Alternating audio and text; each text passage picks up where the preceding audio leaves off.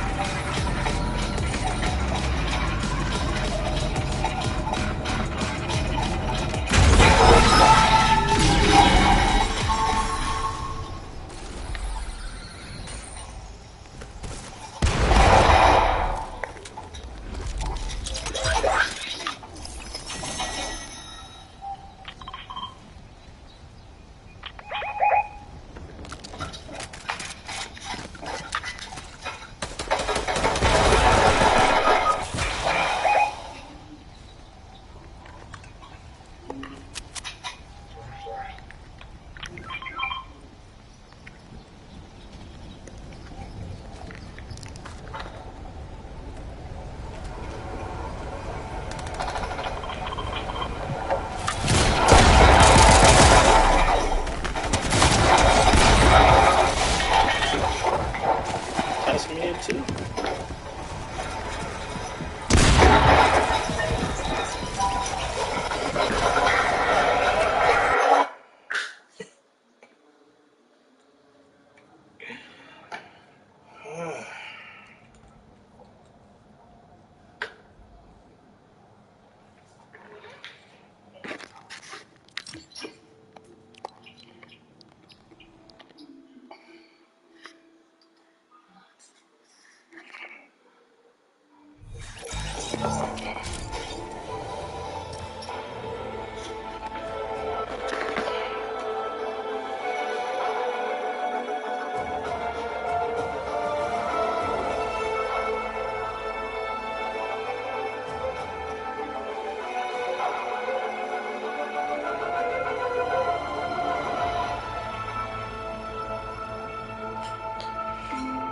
All right.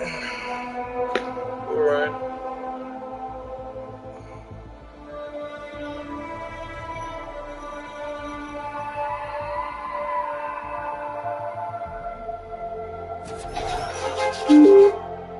There it Targeting is. our group. However, Charles was also at a loss for what to do in his case current passion. For now, all we can do is figure out who is responsible for pulling the string. Then we can see if there's any room at all for negotiations. Charles Walton said helplessly. Neither of the two leaders had any idea what could have caused this. After all, who had the power to drive the Walton group to the verge of bankruptcy within a single day? Seeing that even the two men in charge were helpless, the meeting room became even more restless. The shareholders fell into further discussion. Knock, knock. The door opened and the bespectacled secretary entered the meeting room once again, with an urgent expression on her face. Sir, someone is waiting on the phone. It's Tom Moore, the secretary of the New York Lauder Corporation. He wants to talk to you about the state of the Wall Street. Secretary he wants to talk to you. Charles Walt replied in confusion, and the president was just as perplexed. Could this person be trying to reach Christian, the executive director, first? Why would they ask for Charles? less. Following this train of thinking, everyone in the room had the same suspicion as to the reason for that person's request. They all turned their gazes towards Charles. Charles, does this matter have something to do with you? Did you somehow cross the New York Water Group? Christian questioned with a full expression. It was impossible. How could anyone in the Long Group dare to lie with his life with the New York Water Group? Everyone knew that with just a single word from the Water Group, the Walton Group would be completely ruined. How could I? Charles Walton shook his head, quickly denying all connections with them. We'll soon find out. Pick up the phone and turn on the speaker. See what the New York Water Group has to say, Christian said coldly. Although Charles was technically executive director of the Walton Group, in reality he had little to do with the businesses in his hands. Charles and Christian both held half of the Walton Group territory and held 30% of the shares. Charles was the reason for all this misfortune. Christian did not hesitate to throw him under the bus, despite being his brother. At that moment, Charles Walton was under tremendous pressure. Without a choice, he picked up the phone call from the secretary, Tom Moore, in front of all the shareholders. Are you Charles Walton? On the other end of the phone, Secretary Tom Moore's voice was very cool. Yes, Mr. Moore. Hello. Charles Walton responded politely. An hour from now, we will be holding a meeting, so please notify all the management of the Walton Group at once. The Water Group will be arriving at your building to talk about the acquisition of your company. Remember to also call your son Kevin. Tom said casually. Yes, of course. Charles Walton quickly replied. He did not dare to offend the secretary. With a beep from the phone, Tom hung up the call. Charles, his face pale, felt a great sense of unease at hearing the mention of his son's name. After the call ended, all the shareholders present looked at him with even more hostility and suspicion. Since the matter is urgent, we will convene the meeting at once. Notify the management of the company and wait for the people from the Water Group to arrive, Christian said in a serious tone. In less than a half an hour, the Walton Group had gathered the entire management department, more than 200 employees, into a large meeting. Christian and Charles were both waiting at the door of the Water Group's arrival. 3 hours later, the atmosphere in the meeting room had become extremely tense and nervous as everyone waited. Despite having argued for hours at this point, they still could not predict what was about to happen. What was obvious was that the New York Water Group had put on an excellent display of their strength, as the Walton Group had no choice but to wait for hours in fear. Even Christian and Charles, the 2 people in charge, were walking anxiously up and down the corridor outside the meeting hall, waiting for the people of the Water family to arrive. They did not even dare to make a phone call to ask for information, afraid that they would offend them. Christian, shouldn't we call them just in case? Are the people from the Water family still going to come today? One of the shareholders could no longer stand the endless waiting. The experience was far too nerve-wracking. Yes, Christian, I think we should disperse for today. When the Water Group's people do arrive, we can quickly gather again at that time. Christian's son-in-law, Aaron Brown, suggested he too could not sit still any longer. We can only wait. The future of our group is clearly in the hands of the Water family, Christian replied fiercely. Dad, what's going on? Are the people from the Water Group not going to come after all? Kevin asked in doubt. Although he was the general manager of the Walton Group's branch company, he had no idea why Tom Moore would have specifically asked him to attend the meeting.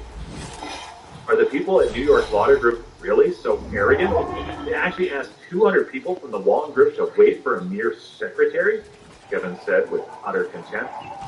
Shut up, you idiot, Charles scolded coldly. What do you know? Do you even understand what the name Lauder means? You only know how to cause trouble for me every day.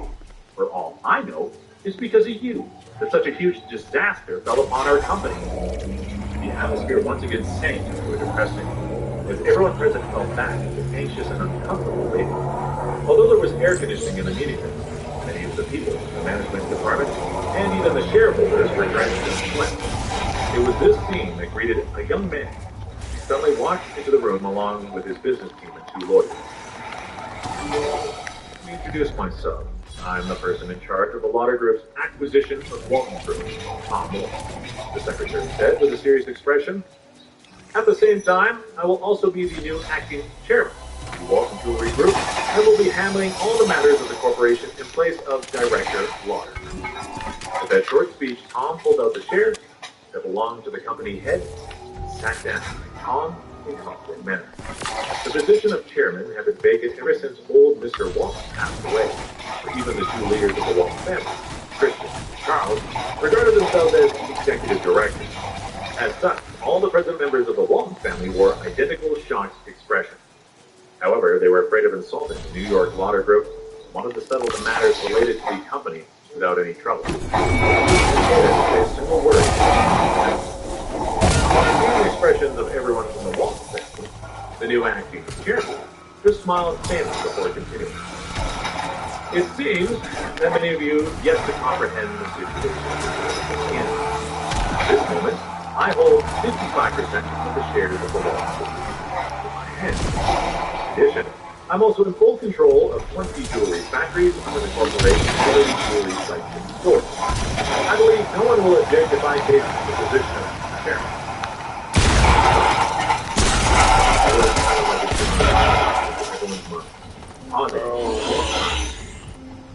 These are the documents regarding the acquisition plan. Everyone, please take a good look at them. Distribute copies of the documents to those present. All the shareholders wore solemn expressions as they read through the documents deep inside. Now, where is Kevin? He is stamping a page with his signature seal. Yo, can you bring me back? Over here. I have to wonder what you want with me, acting chairman, Kevin said honestly, and he put on a humble expression. What is your position in this company? Is it your turn to talk here? Tom demanded as he swept his full gaze towards Kevin, and then without warning, threw the seal at him. Thump.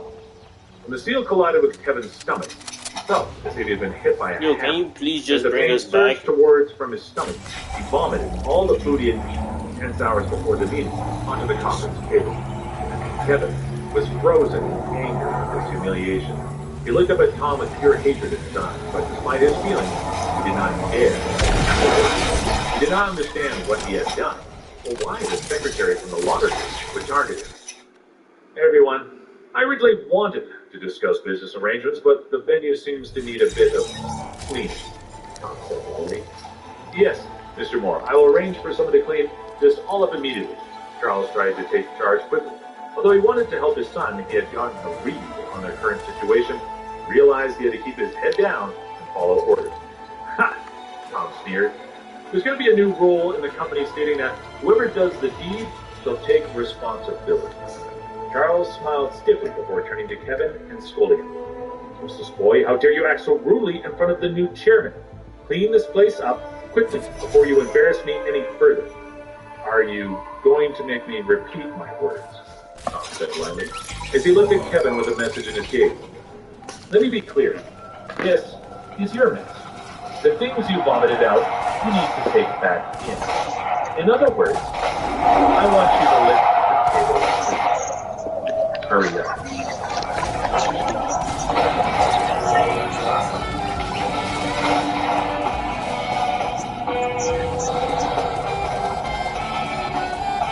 Episode 6. A job well done.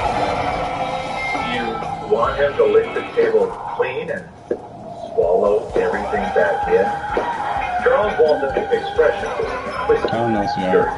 He never would have expected the acting chairman sent by the New York Lauder Group to be so tyrannical. Mr. Chairman, please have mercy on Kevin. He's still young and not yet fully understand the rules. Could you please... Charles began. Stop. Moore shouted as he raised his head. 10 seconds. Well, get a crown, get a crown, get a crown. Looked at Charles. Inwardly, he chuckled. The attempt to restrain his expression. I got me a crown. He continued speaking in a cold voice. Very You nice. can't make him do it in 10 seconds. Charles, you may take your leave. Take that You will crown, no get the hell longer out of have to here. come See to you the guys. company hours starting tomorrow. Take an easy crown. professionalism of the Lauder Group's team. It won't take them more than 24 hours to complete these simple tasks. As a head secretary to the director of the New York Lauder Group, Tom was Adam Lauder's most trusted aide, and had worked in the industry for a long time. After observing and taking part in many high-pressure meetings, he had plenty of experience in negotiating with other companies. The power of his presence was strong enough to prevent any members of the Walton family from raising their voice in protest. Charles' face and his whole body trembled with suppressed anger and fear. Tom's words felt like a heavy hammer smashing into his chest. He was starting to feel out of breath. Seeing how merciless Tom was being, Charles had no doubt that he had the authority to kick him out of the company whenever he wanted to do so. If he did not do as Tom said, he might really lose everything as soon as he left the Symphony Tower. His money, status, power, shares, factories. The moment he reached his wealth, the people whom he had offended on his way up would certainly trample him on his way back down. Just thinking about the consequences, Charles felt a menacing chill running down his spine. Just do it, Charles shouted in anger at Kevin. His face began to flush bright red. Slap, slap. Without any hesitation, Charles then slapped Kevin twice, leaving behind bright red lines on his face. Dad, Kevin stuttered, his expression full of confusion and fear. At that moment, he felt so wrong that he almost shed tears. He really did not know who he had provoked to end up suffering this kind of humiliation.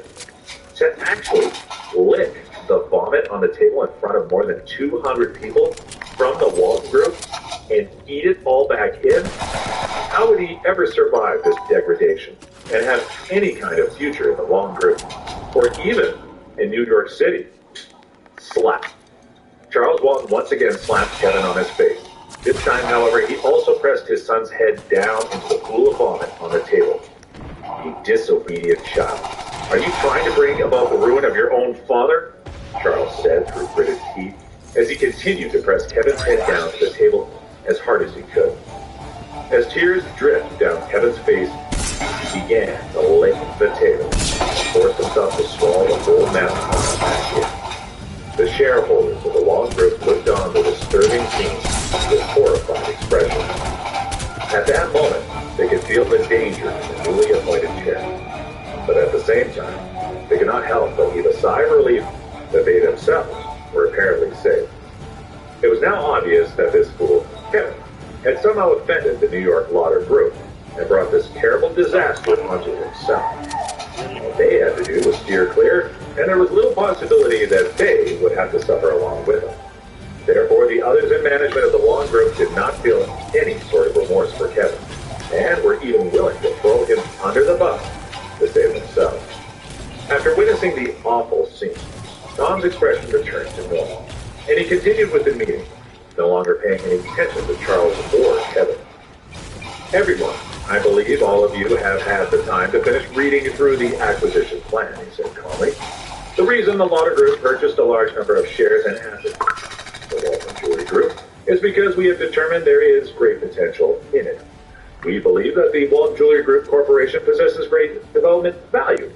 Therefore, all the shareholders here today will not have to worry about the damages resulting from the recent crisis.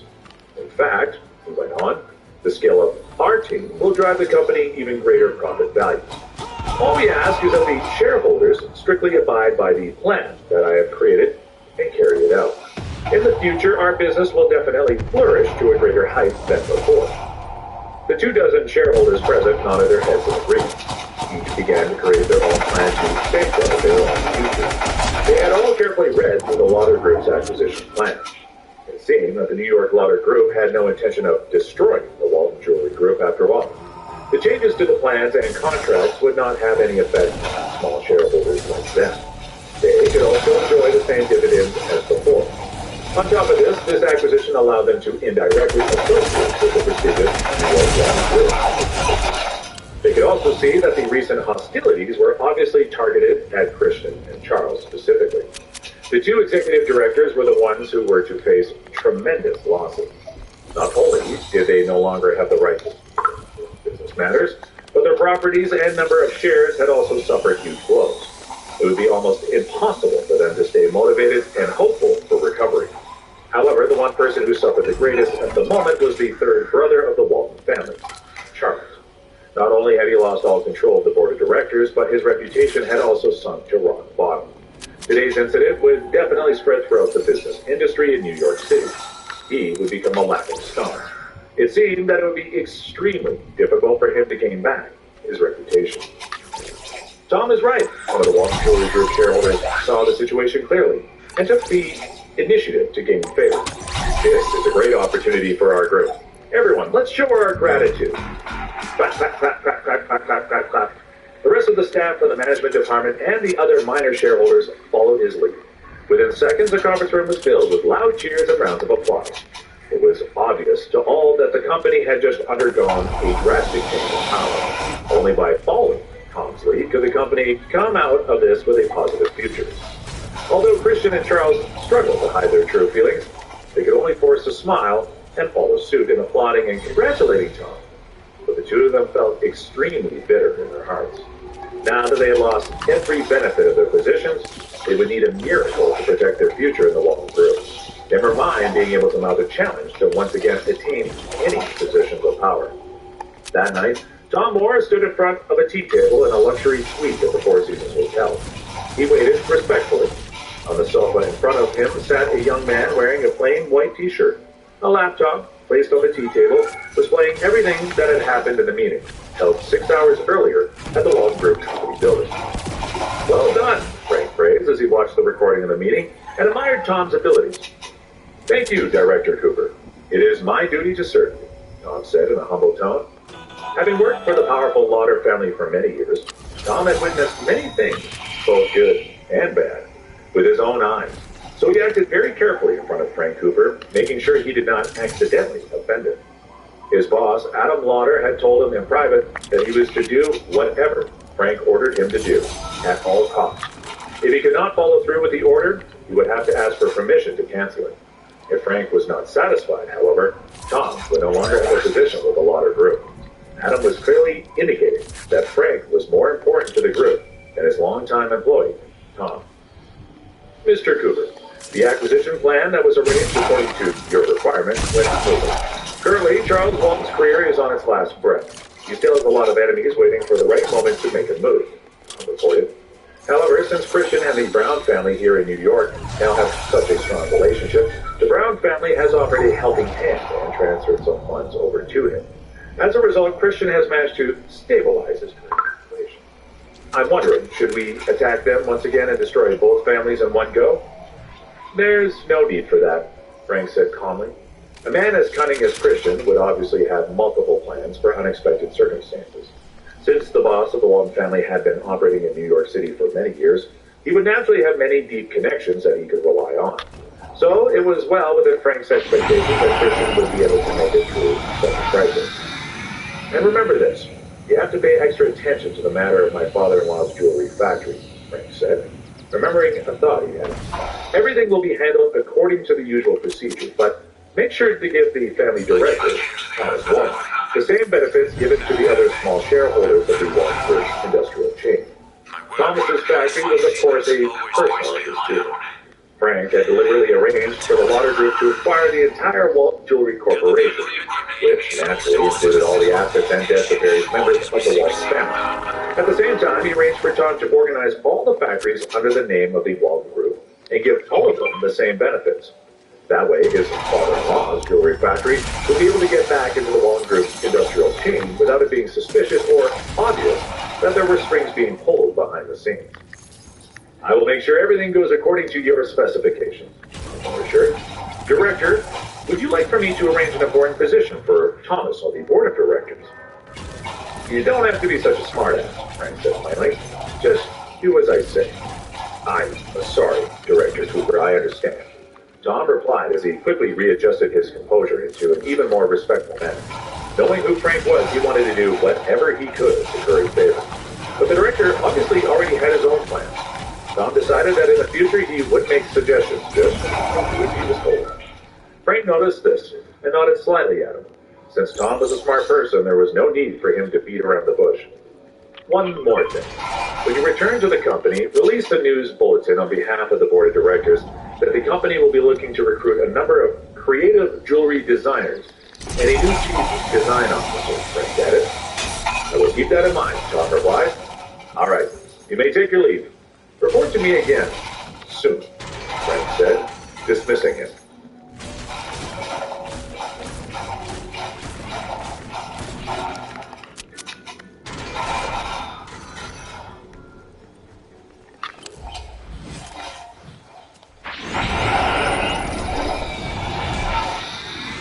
Episode 7, A Breath of Relief. The repairs were finished. The family had finally moved back in. After Frank prepared a hearty breakfast, they all gathered around the table and enjoyed a slow meal. All I can say is that it seems we've been truly blessed, Maria said with great pleasure. What a satisfying end to all that awfulness. As soon as Charles fell along with his son, the enemies they made over the years took the opportunity to kick them while they were down.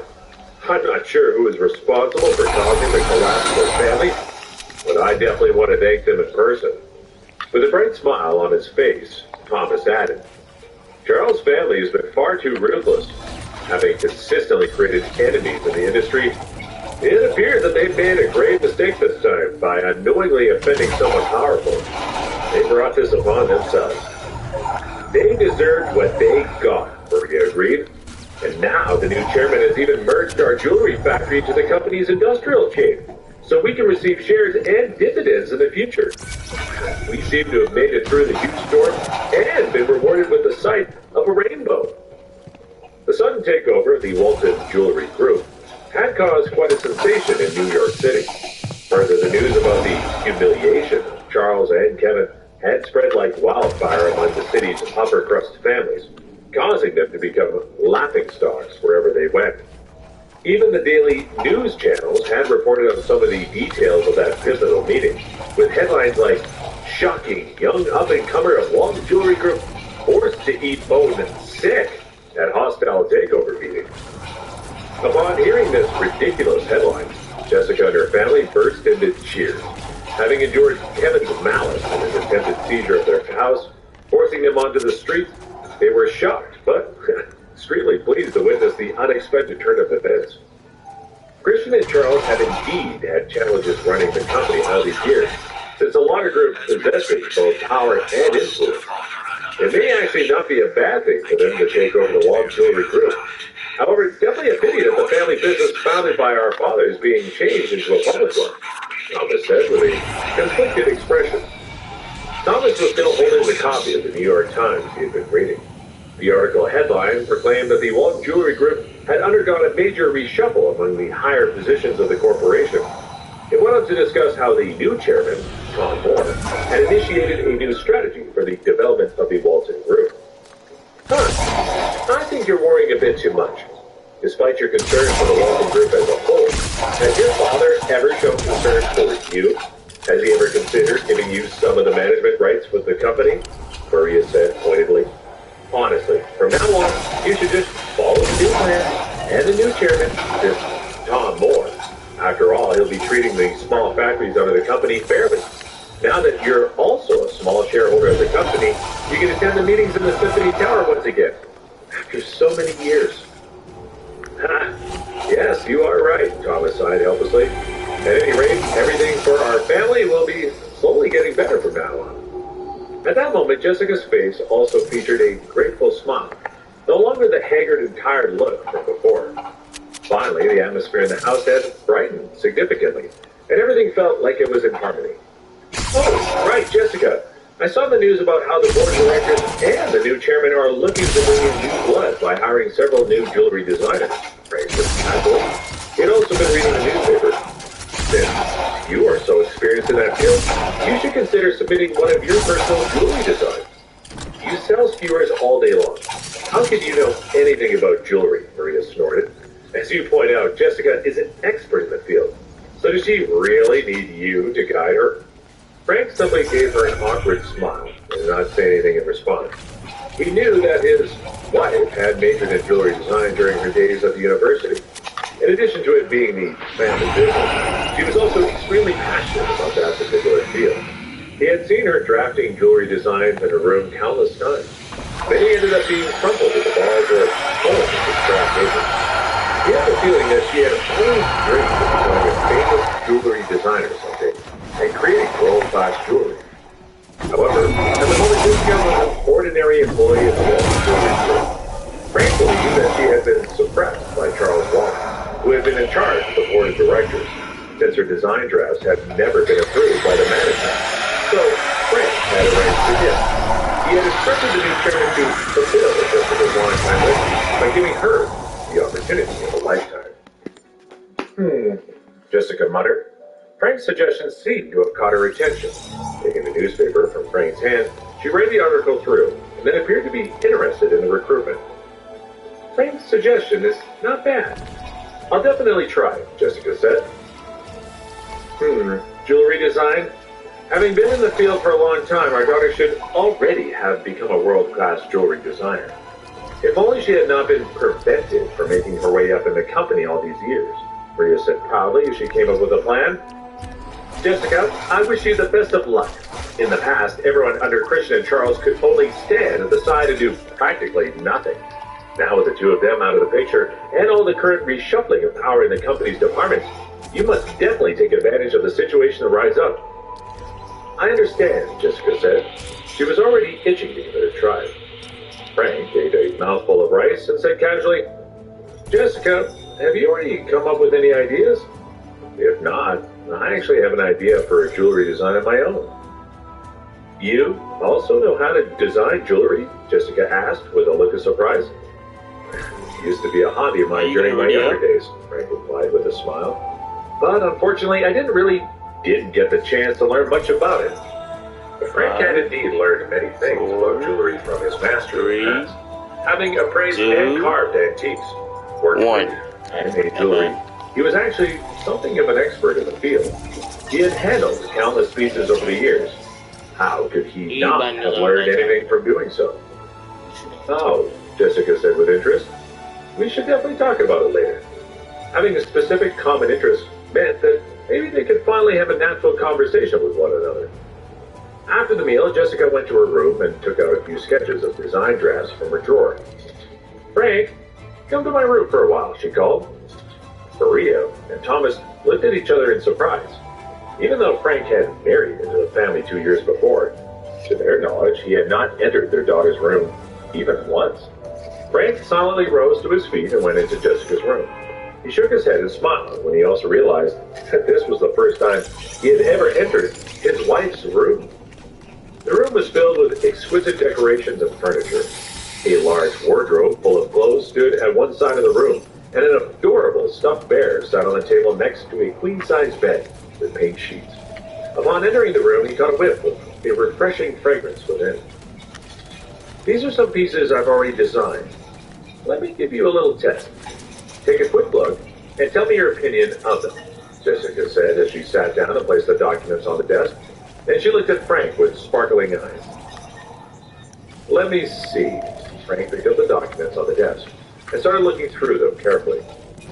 Well, this pen is designed places great emphasis on a particular shape that is inspired by the heart of the sea, correct? Frank asked. And the design of this ruby pennant is meant to symbolize the shape of a pine tree illuminated by the morning sun. Hello? Despite leaning towards realism, this specific piece seems to also be filled with great emotion. As for the design of this gold necklace, it's more in line with the classics and requires its artisan to possess excellent embedding skills. Yo, man. Also, its dignified and luxurious design is quite unique. Slowly flipping through the drafts, Frank continued to narrate his thoughts on the design of each piece, as carefully as if they were family heirlooms. Jessica gasped in surprise upon hearing his appraisal of her design. Her pink lips were slightly open as she stared at Frank. She had never expected Frank to know so much about jewelry, much less understand the true meanings behind her beloved designs.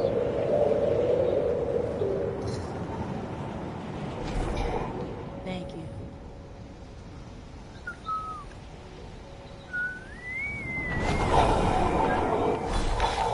Episode 8, Your Designs are garbage. Frank, I didn't expect you to know so much about jewelry, Jessica said in a gentle tone as she suddenly saw Frank in a different light. Oh my Frank God, simply this is gonna smiled make me and die, did not bro. say anything. Actually, I had a design that I was very excited about a while ago, but unfortunately I didn't get the opportunity to create it, Jessica said seriously. That design would have required very expensive diamonds, but I wasn't in the position to request such materials, and the company didn't accept my proposal. Jessica said slowly with a sad look on her face. Taking out an exquisite she lifted up a big dress from her side. This is it. This is the one that I'm most proud of. But I haven't thought of the right name for it yet, Jessica said as she handed over the design. Frank took the document and examined its contents carefully. The more he looked through the design, the more it amazed him. After analyzing the draft, it was clear to him that Jessica had extraordinary talent in jewelry design. It was such a pity that she was not already placed in a higher position within the Walter Jewelry Group. It was obvious to him that the circumstances in her family had limited her career a great deal. The draft he was holding depicted the design of a pendant. Not only was it a truly exquisite piece, it also expressed the unique imagination of its designer. If it could be properly produced, it would certainly be a huge hit in the jewelry market. To be honest, I feel like you could also add an arm, and even more fine carvings to this design. In terms of the materials, we would have no choice but to use high-end colored diamonds. Furthermore, we would need the gems to be large in size, Frank suggested. But I gotta would mute it be this too too, I'm expensive sorry. to make? In addition to its cost, it would also be extremely difficult to produce, Jessica stated hesitantly. It should be fine, Frank reassured. You just need to have more confidence in yourself. Quiet. Try thinking of it as the best jewelry in the world. The details of the pendant could be inlaid manually by a master craftsman. That way, it would give off a traditional and classical feeling, preventing it from losing its main selling point. Frank pointed out the details carefully. Jessica listened attentively as she gazed at Frank with sparkling eyes. The two of them chatted excitedly for half an hour. Then finally they settled on a finished design. Jessica wore a clearly satisfied expression as she stared at what they had accomplished. This is great, Frank. Your standard for jewelry design is extremely high, Jessica praised. I'm simply sharing my opinions with you, Frank smiled. You were the one who came up with all the actual ideas. I just added a few details here and there. No, this is our creation, Jessica said seriously. All right, if you say so, Frank said, nodding. I've decided. I'll use this design in my application and propose it to Chairman Moore, Jessica said confidently. But what will we name it? Jessica pursed her lips and thought and pondered for a while. Frank also gave us some time and then suggested, what about King of the World? King of the World? Jessica asked. Yeah, King of the World, Frank smiled. Have you seen the movie Titanic? There's an iconic scene where the male lead shouts, I'm the king of the world, when he stands at the bow of the ship. I'm actually quite fond of that line, Jessica smiled. Lit up right now. Of course, I've seen Titanic. That scene and that line are definitely memorable, she said as her eyes lit up in excitement. With that specific scene in mind, she suddenly felt a warm glow in her chest. Frank's suggestion was perfect. King of the World, Jessica said excitedly. That's definitely it. King of the World it is. And with that, Jessica had decided on the name for her favorite piece, quickly putting all the details together. Jessica then sent her proposal to the chairman by email. That night, after finishing dinner with her family, she finally received an answer. Tom Moore's words in the email were complimentary. This design is quite creative. Come to the company tomorrow and meet me at my office. Jessica could not contain her excitement after receiving the news of his approval of her design. The next morning, Jessica asked Frank to accompany her to the Walton Jewelry Group company office. So, after getting ready, the two of them caught a taxi and headed straight to the Symphony Tower. Jessica was naturally very excited, as this was the first time one of her jewelry designs had ever been recognized by anyone, much less the chairman of a large corporation. I'm so nervous. This will be my first time talking to an executive like the chairman, Jessica said, in an anxious No, tone. what are you doing? As they sat in the back seat Come of the on, car. that's mine. Dang. I'm worried about what questions he may ask me. But I'm also worried that I'll accidentally say something wrong. Maybe that will result in the rejection of my design. You don't have to be so nervous. Telling him your honest thoughts and ideas will be more than enough, Frank reassured. If one of my jewelry designs ever gets officially produced, and it seems people like it, I would be more than satisfied. Jessica explained with longing eyes. This had been a secret goal she had wished to accomplish for many years. Frank said, "Don't worry, your design is gorgeous. It will definitely be chosen." "It would be great if that's the case," Jessica burst out excitedly as she looked forward to the meeting with Chairman Tom Moore. "If the deal ends up to be a success, you will finally be able to achieve your dream as an official jewelry designer. I wish you the best of luck," Frank cheered her on.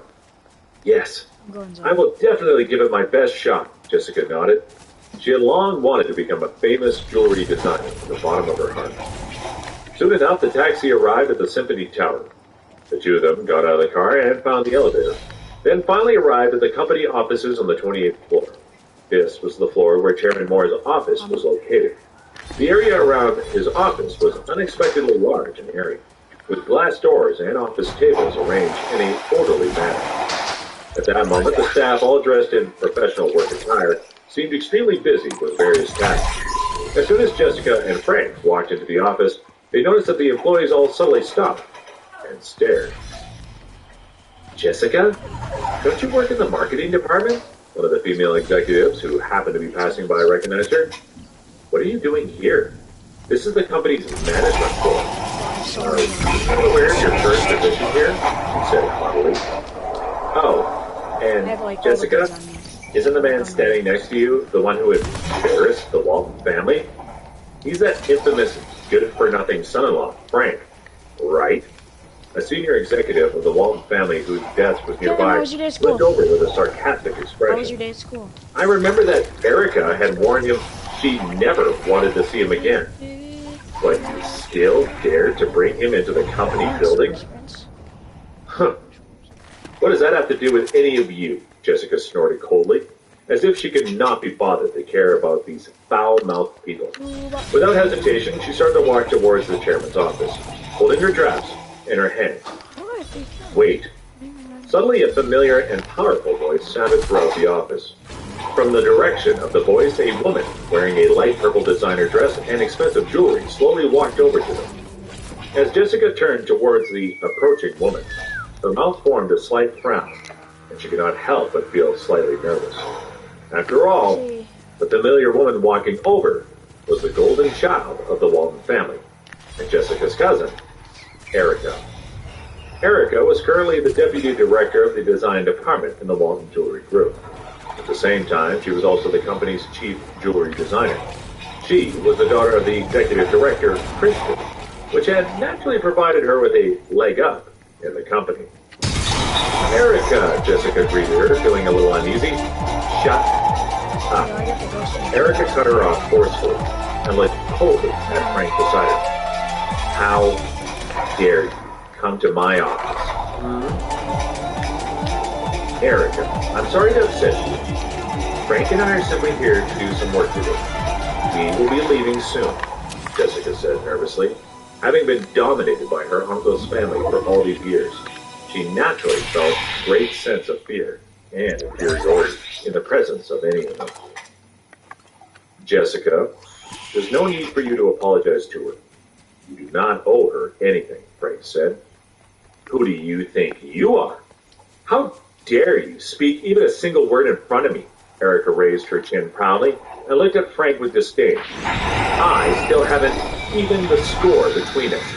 How dare you speak like that about me?" "I have already apologized for the incident at your wedding," Frank said calmly.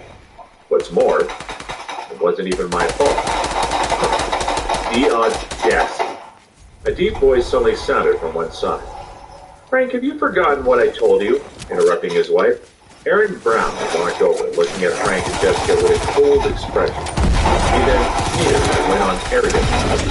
Do you think that you could solve all this with a mere emoji? Have you forgotten who you are just in the last few days? Do you really think I won't shut down your lousy jewelry factory again? Aaron had invested a large amount of money into the Wong Jewelry Group. Among the members of the board of directors, he had also become one of the executives. In addition, he was the oldest son of one of New York City's top families, the Browns. If he wanted to, he could easily force Jessica's family onto the streets with a simple snap of his fingers. Jessica bit her lips politely, trying to think of what to do. Oh, what's this? Erica had suddenly noticed the bag containing the drafts in Jessica's hand. You're not here for the job posting that Chairman Moore released, right? Or are you actually here to suggest pure jewelry design ideas? She said with disdain. What an absolute joke. Despite your complete lack of skill, you're still trying to be a jewelry designer? How many jewelry designs have you come up with over the past few years? I've seen all of them. They're all garbage. With your lack of talent, you can forget about ever breaking into the industry. It will never happen, Erica sneered coldly and mercilessly. Jessica, as the deputy director of the Walton Company's design department and the chief jewelry designer, I am officially asking you to leave this building immediately, Erica finished arrogantly. Your design idea has been rejected. Bro. Episode 9, Chief Design Officer.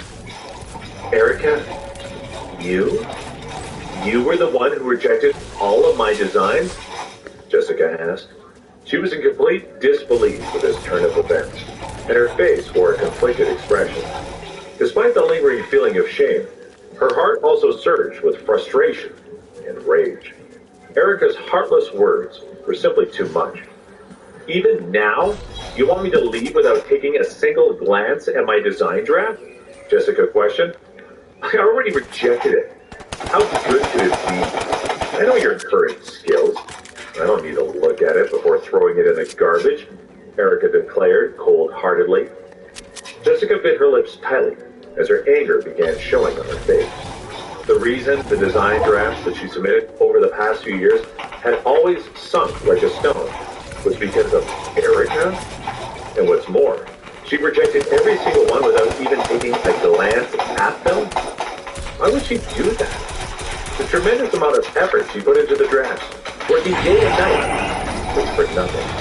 It was all casually tossed into the trash. All her dreams were simply trampled by her cousin because of her disdain. What's wrong? You don't believe me? Erica sneered with a scornful expression. Are you actually doubting my words as a professional designer? I'm one of the top jewelry designers in New York City. You, on the other hand, have yet to produce anything at all. If I say you are trash, then you're trash. All right, that's enough. You may leave now. This office is for the management department. You are not qualified to be here, Erica said with finality, as if she expected no response. Jessica, I think you should get some self-awareness and take your useless husband away. Don't make a fool of yourself here. At least not any more than you already have, Aaron said impatiently.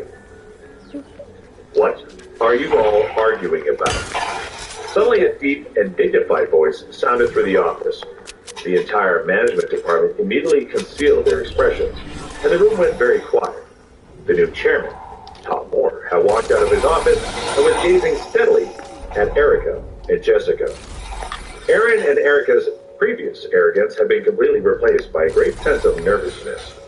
In the presence of Chairman Moore, who had just been placed in charge by the Lauder family, the two of them did not dare to act rashly.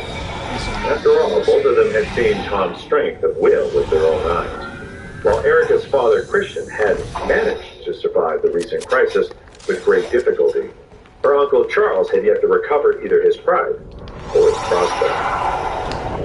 Chairman Moore, it's really nothing, just a small matter. Since there are some people who do not understand the rules of the company, I was simply taking the liberty to teach them a lesson, Aaron said. Oh? Tom looked at Aaron and asked. And who are the people who do not know the rules? She is a junior clerk in the marketing department named Jessica, Aaron quickly replied. She came to the office of the company's management without prior permission, so I'm currently explaining how things work to her. I am the one who asked her to come here. Do you have a problem with that? Tom said calmly. Also, let me make it clear that this is an office. As a senior leader, what do you think you're doing by causing such a ruckus in our workplace? Under the barrage of Tom's words, Aaron's expression turned ugly. I do not want anyone to make unnecessary noise in the office. If a similar situation takes place in the future, the two of you may no longer be welcome in this office. Seriously. After saying that, he looked at Jessica with a smile. Jessica, right? I remember the design idea you sent to me yesterday. I was truly quite impressed. Come to my office and we'll talk about your design in detail, Tom said. Yes, thank you, Mr. Moore, Jessica said earnestly. No longer paying any attention to Aaron and the others, Tom turned with Jessica and Frank to the office before the discussion. Aaron exploded with a furious expression as she watched Jessica and Frank walk away. She must have simply gone left. No way to get the stage to design jewelry that Chairman Moore didn't come from a background in the jewelry industry. How would he know anything about jewelry design? He's simply picking up a piece of trash and treating it as a treasure, Aaron said in a low voice. Both of them were so in shock that Tom had helped Jessica and even embarrassed them in front of the whole office.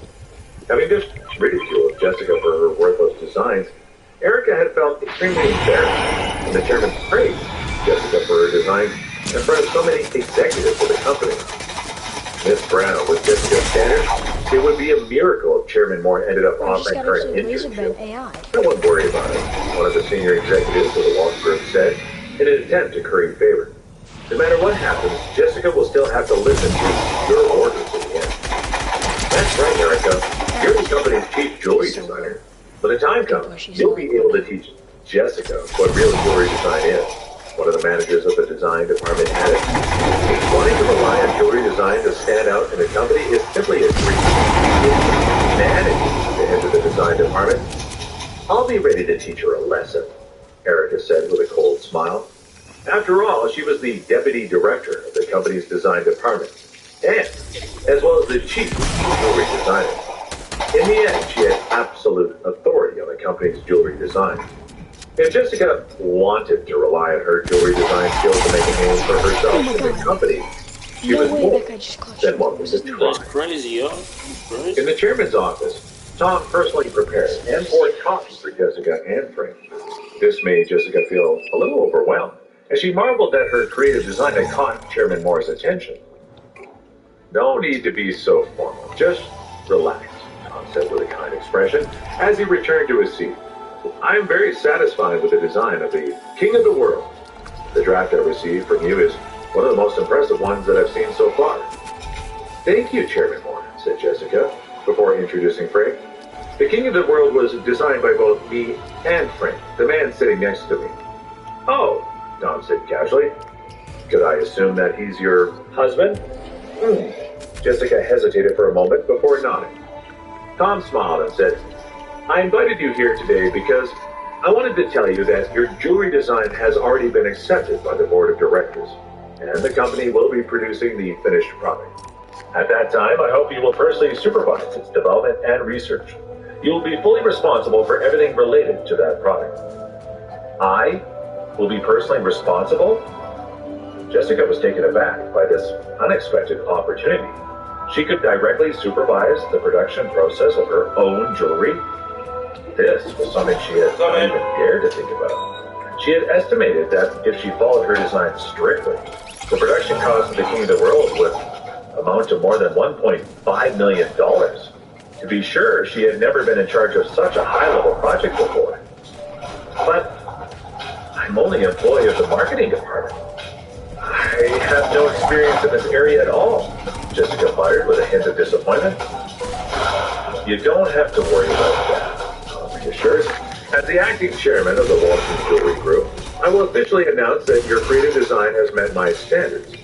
Thus, I will hire you as the director of the company's design department and the chief design officer. I've already drafted the document. As long as you agree, I will announce it on behalf of the board of directors. As a matter of fact, you can already move into the director's office today, if you want to. Chairman Moore, you want to hire me as the chief design officer? Jessica's mouth hung slightly open. She truly could not believe his words and felt as if she was dreaming.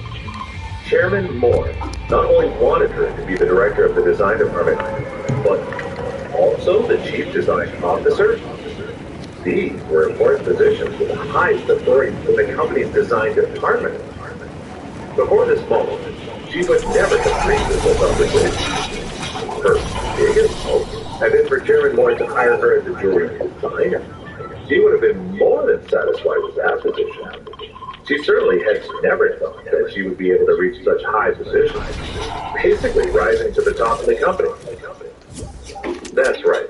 However, you will just be placed as the acting director for the time being. Only after you successfully complete the King of the World project will you be fully confirmed in the position.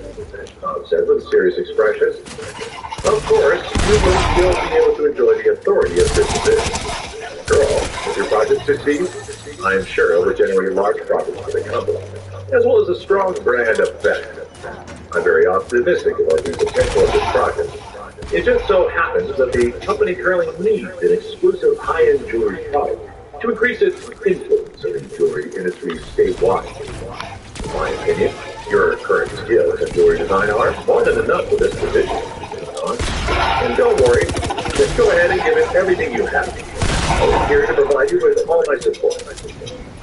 Overwhelmed by the sheer amount of news and excitement, Jessica took a deep breath to try to regain her composure.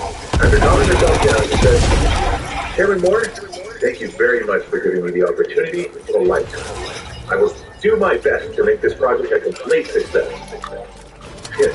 You don't have to thank me, smiled and glanced at Frank.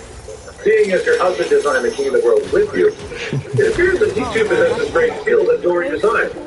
Would you also like to join the jewelry design? No, he's trying to Jessica kill looked you. at Frank and blinked. I wonder why. What do you think? Frank replied with a smile. I don't have enough professional knowledge of a jewelry designer, but maybe I could be your assistant and give you advice. Jessica nodded and brought her creative ideas. Chairman Moore, can Frank be my assistant? You don't need to ask me about that, Tom responded. I will not question your choices. Since you are now the chief design officer, you will be in charge of the jewelry design team, so you can choose your personal yourself. 2 minutes later, Tom and Jessica walked out of the office in a jovial manner, followed by Frank, seeing their jovial expressions. The management team of the company wondered what could have been discussed in the office. All right, everyone, stop what you're doing immediately, Tom called out to the rest of the room. Almost as one, all the senior executives of the company stood up from their office chairs and looked in his direction with a serious expression.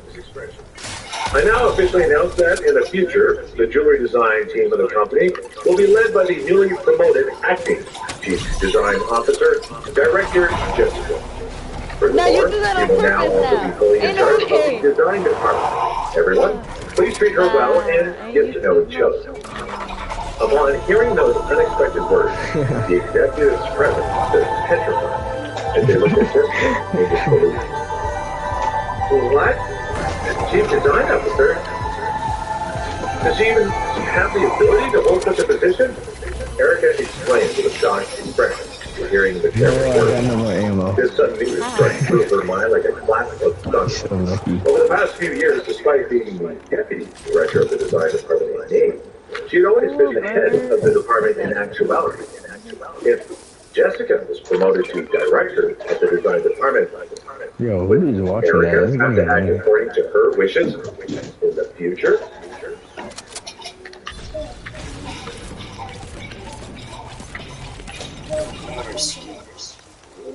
Episode 10, The Competition. Tom Moore looked at Erica coldly. Are you questioning my decision? Facing the chairman's penetrating eyes, Erica was suddenly filled with hatred and humiliation. Give me that. Although she wanted to retort, she managed to suppress her anger with logic and reason.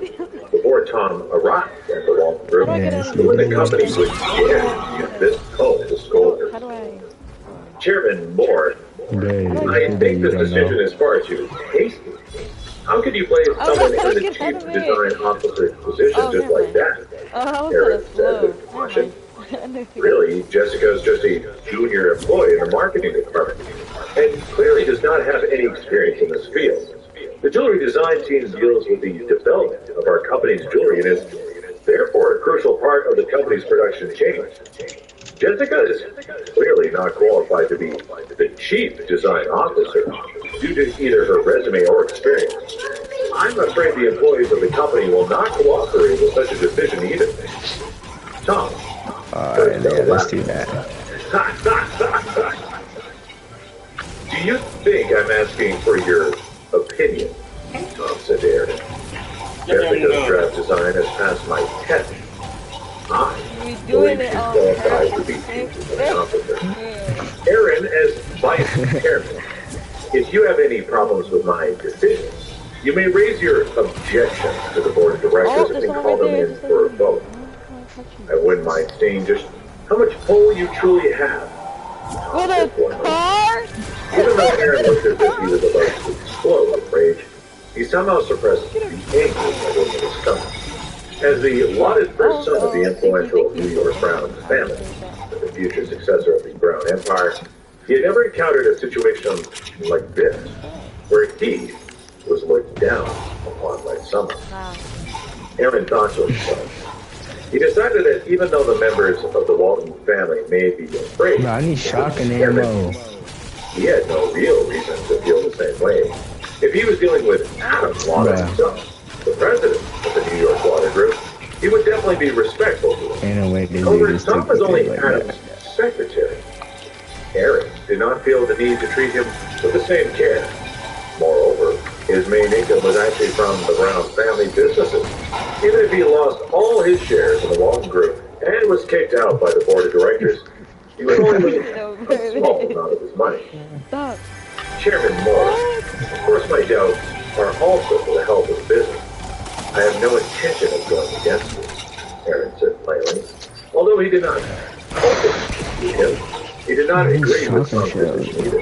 And I need more Tom tools. sneered and said slowly, "It's fine if you have objections. But I also just happen to have another important matter to announce. I've decided that the expansion of the company will mainly focus on developing new jewelry designs and collecting large amounts of creative design drafts. The King of the World, which was personally designed by Jessica, has already been officially accepted as one of our company's projects. This $1.5 million jewelry project will also be handled by the newly appointed acting chief design officer, which will also be Jessica." He went on with a stern expression. In addition, the company will be organizing a jewelry exhibition in a month's time to release our latest jewelry designs to the public. During this period, anyone in the company can develop new jewelry projects and compete with each other. Whoever gets first place in the exhibition will become the company's permanent chief design officer. So, Tom took a short and looked around. He shot a wry smile towards Bert and Aaron before continuing. If you, as a group, are dissatisfied with my decision, you're welcome to say so now. Tom's words had caused a commotion within the staff. All of the management staff present were caught off guard and had different opinions as they discussed the news quietly.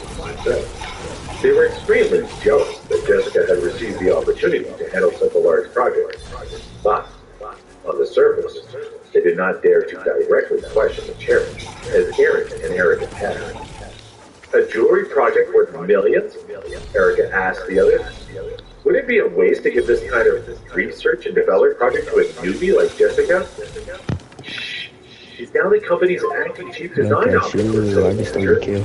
But Will the jewelry exhibition be publicized? Erica's expression relaxed slightly as she exchanged glances with Clarence, who nodded. He goes, oh, Chairman Moore, I have no objections, Eric told him. Oh wait, we gotta However, go to the this circle. new chief design officer you are so impressed by may not be able to pull this off. I just realized that.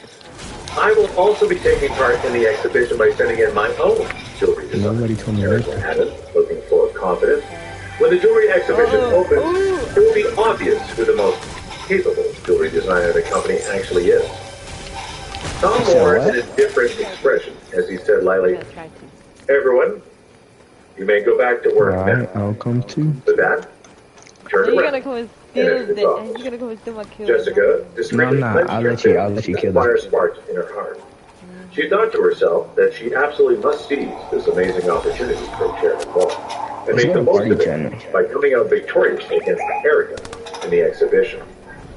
Oh, Jessica, don't think just because Chairman Moore believes in you that you can actually pull this off, Erica said with a cold smile. When the time comes, you will fail miserably and expose your worthlessness in front of everyone's eyes.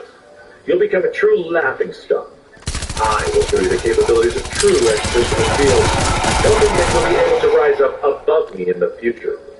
After all, you're just an acting chief design officer who does not have the authority to make any decisions in the company's design department, Erica finished, feeling extremely secure in her own ability and position.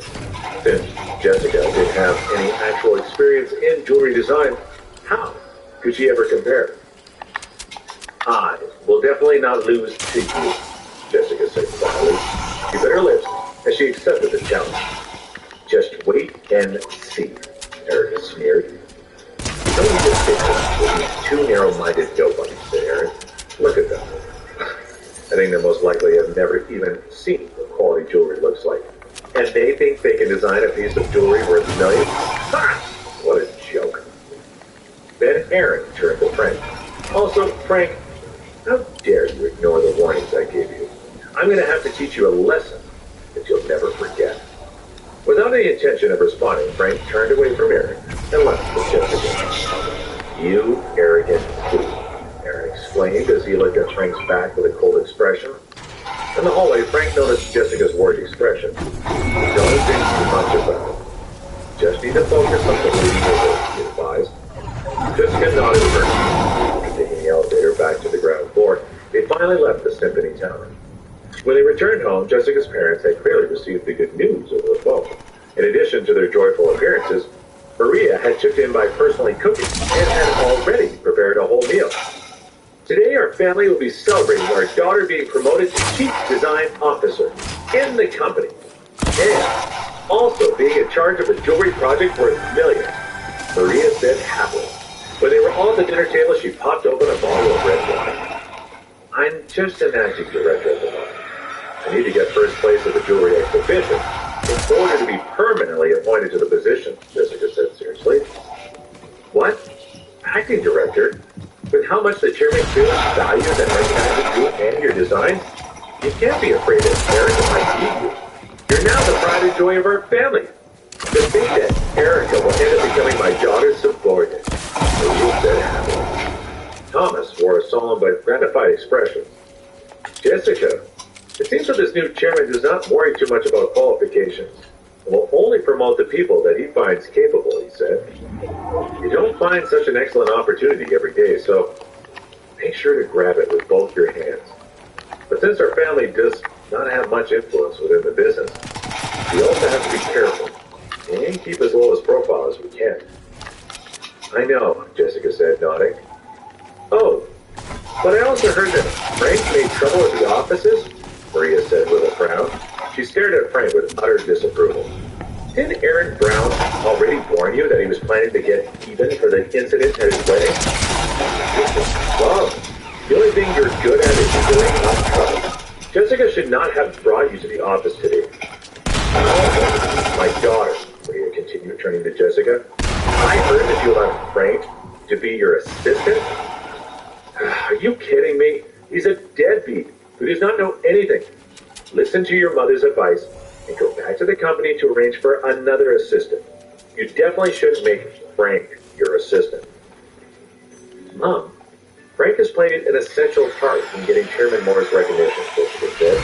You do not need to worry about our matters at work. All right, then let him take up the position for now. Maria hesitatingly agreed with a frown as he looked at Frank to the door. Frank, you better not stir up any more trouble for our family. You need to just follow Jessica's lead in the company and not drag her down. Otherwise, I will be the one getting even. At that point, Thomas realized that his cigarette case was empty. Frank, go down the street and get me a pack of cigarettes, he said. Frank just nodded and left the house.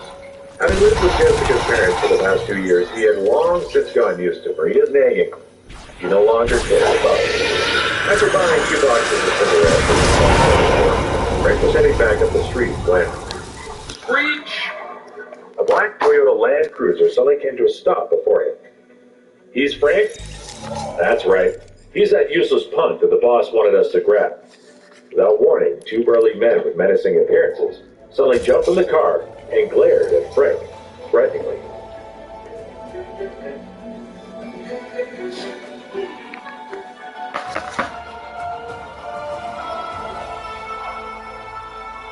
Episode 11. Frank really has hidden extraordinary fighting skills. Are you looking for me? Frank frowned. Bingo. The burly man's expression turned into a cold, menacing smile as he suddenly drew back his fist and threw a punch at Frank's face. Reacting in that split second, Frank managed to dodge the attack by a hair's breadth.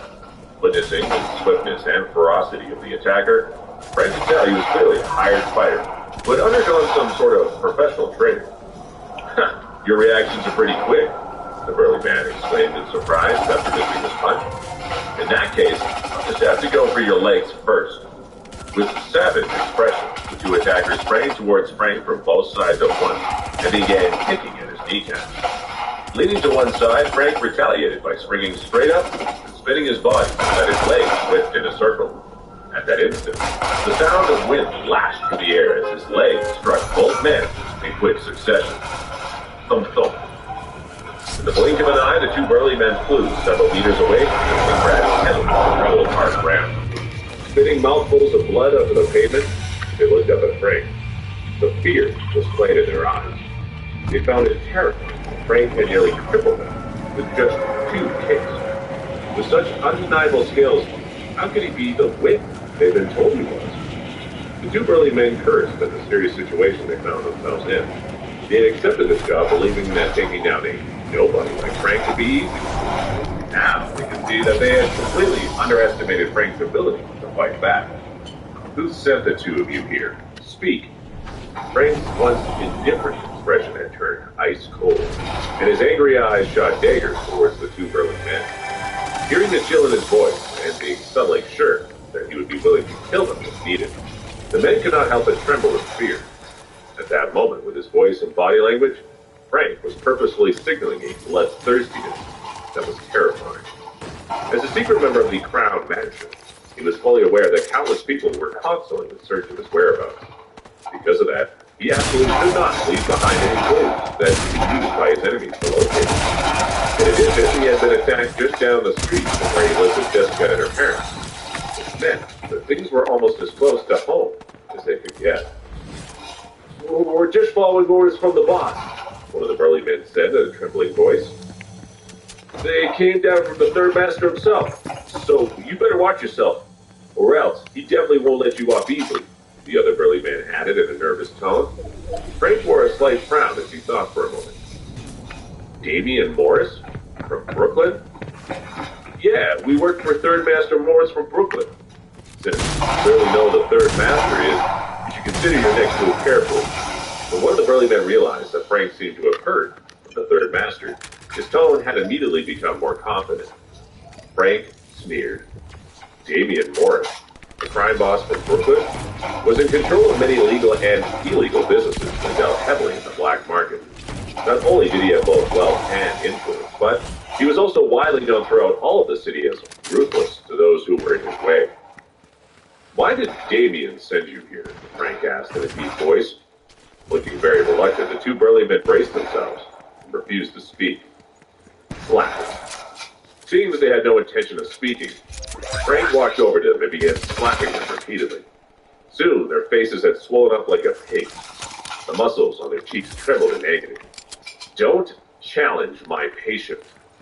As they felt the sharp daggers from his eyes staring down at them, neither of them dared to look straight at him, for fear those eyes could actually stab them to death when they did so. Like a terrified mouse surrounded on all sides, one of the burly men lowered his head and said, "The third master ordered us to keep watch here every single day. When we saw one of the family members leave the house, we were to tie them up and take them away. That's all we were told. We really don't know what they're planning to do to the person we bring in." Hearing those words, Frank shook with a full of rage. It was lucky that he had been the one to come out of the house. If it had been either Jessica or her parents who had come out first, they would definitely have been taken. So, abruptly, Frank dropped down on the face of the burly man who had spoken. As the man trembled helplessly on the ground in agonizing pain, he gritted his teeth and felt blood trickling down from his forehead. "Take me to Damien," Frank said coldly. It seemed to Frank that he would have to find a way to get Jessica and her family to move someplace safer as soon as possible, now that it seemed everyone was watching them here in Hudson. Even though these two burly men did indeed practice martial arts, Frank thought their skills would be considered subpar at best. While they could have definitely defeated most people with ease, they could not be considered as experts. So he guessed that his enemies in the ancient martial arts world had yet to discover his whereabouts. However, Frank still decided to meet Damien and find out who exactly was behind this scheme. After experiencing Frank's martial arts power firsthand, the two burly men did not dare to resist, but obediently got back into the car. 20 minutes later, the Lexus GX came to a stop at Starlight, one of the largest nightclubs in Brooklyn. Following the lead of the two burly men, Frank climbed straight up to the third floor of the club. He then entered a grandiose front hall, where he was greeted by luxurious decor and reception desk staffed by beautiful uniformed women. However, he was put off by a particularly strange feeling he could sense lingering in the air. Frank then found himself entering a large private room. In the middle of the brightly lit room was a conference table with a couple dozen people sitting around it. At first glance, they were all immediately intimidating.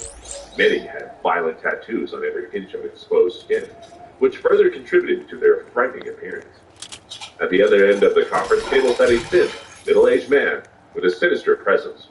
Dressed in a flowery shirt, his fingers were constantly playing with a string of Buddhist prayer beads he held. I'm certainly impressed by your guts. To beat my men up and still dare to come to me. Damien spoke with a cigar in his mouth, seeming to show his contempt for Frank. You're Damien, right? Who ordered you to come after me? Frank asked calmly. Ha! Damien said with an expression full of disdain. I've lived in New York for many years, and I have never seen such a person as brainless as you. How dare you act so arrogantly after coming into my house? Who the hell do you think you are? You clearly had the option to take the easy road through this. But instead you decided to barge straight through the gates of hell. Damien then snapped his fingers. Cripple him. Yes, Third Master. With that, the dozens of men in black around the conference table turned menacingly at Frank. Crash. More than 30 of Damien's men began to pull steel rods more than a meter long from under the table, and then rushed towards Frank. Their movements were quick and violent. As they swung their steel rods towards Frank's skull, they clearly had no intention of showing any mercy. Despite facing these dozens of violent men, Frank's expression remained unfazed. Catching the first steel rod swinging down at him with a grab of his bare hand, he then shattered it like glass before knocking over his opponent. With his next move, he rushed forward unhesitatingly into the horde of men. With movement so fast, he stirred up gusts of wind. Frank dashed around the men, dodging their attacks with ease. His moves were so swift that he was faster than his opponents could follow their eyes. Bang, bang, bang. Picking up one of the steel rods from the ground, Frank began to strike everyone in his path, giving his opponents no chance of retaliating. During the brief battle, all of the men failed to land even a single blow on Frank's body. They all with the master repeated. After a matter of minutes, more than a dozen men were lying unconscious on the ground with swollen faces. As for the ones that could still move, they were screaming in pure agony from the blows they'd received. Speak. Frank looked at Damien coldly. Who gave you the orders? Damien sat silently in his seat, unable to understand what he just witnessed. In fact, he simply did not want to believe his own eyes. From what he had been told, Frank was supposed to be a useless loafer, without anything going for him. Furthermore, the dozen or so of his men lying unconscious on the ground were all ruthless people, who were used to the taste of blood, having followed him and fought for the territory for so many years. How could they possibly be defeated by this man so easily? Damien found himself feeling like he had tripped what he had thought was solid ground. Do you think you can act so disrespectfully in front of me just because you know some martial arts? Doubted as he threw down the cigar in his hand. Your actions today cannot be left unpunished. As major crime boss in Brooklyn, Damien had participated in countless bloody scenes that many people could never imagine. Although Frank did indeed possess extraordinary fighting skills, it was not quite enough to make Damien afraid of him. Kneel down before me, or I will end you, Damien said as he suddenly pulled out a pistol from under the table and aimed it forward at Frank. You're still not here. Do you really want to die? Damien said coldly. Do you think I won't shoot? You can try, Frank replied indifferently. Damien's brows twitched slightly. Not him, that's the AI. Yeah, Though that's he it. had been in the game for many years, he never met someone who reacted so fearlessly when faced with a gun. All right, if that's what you want, Damien stated as he gritted his teeth and pulled the trigger without hesitation. Bang! As the sound of gunfire reverberated through the air, the cold steel shot out of the barrel towards Frank, leaving behind a sparkling blue and a cloud of smoke surrounding the muzzle.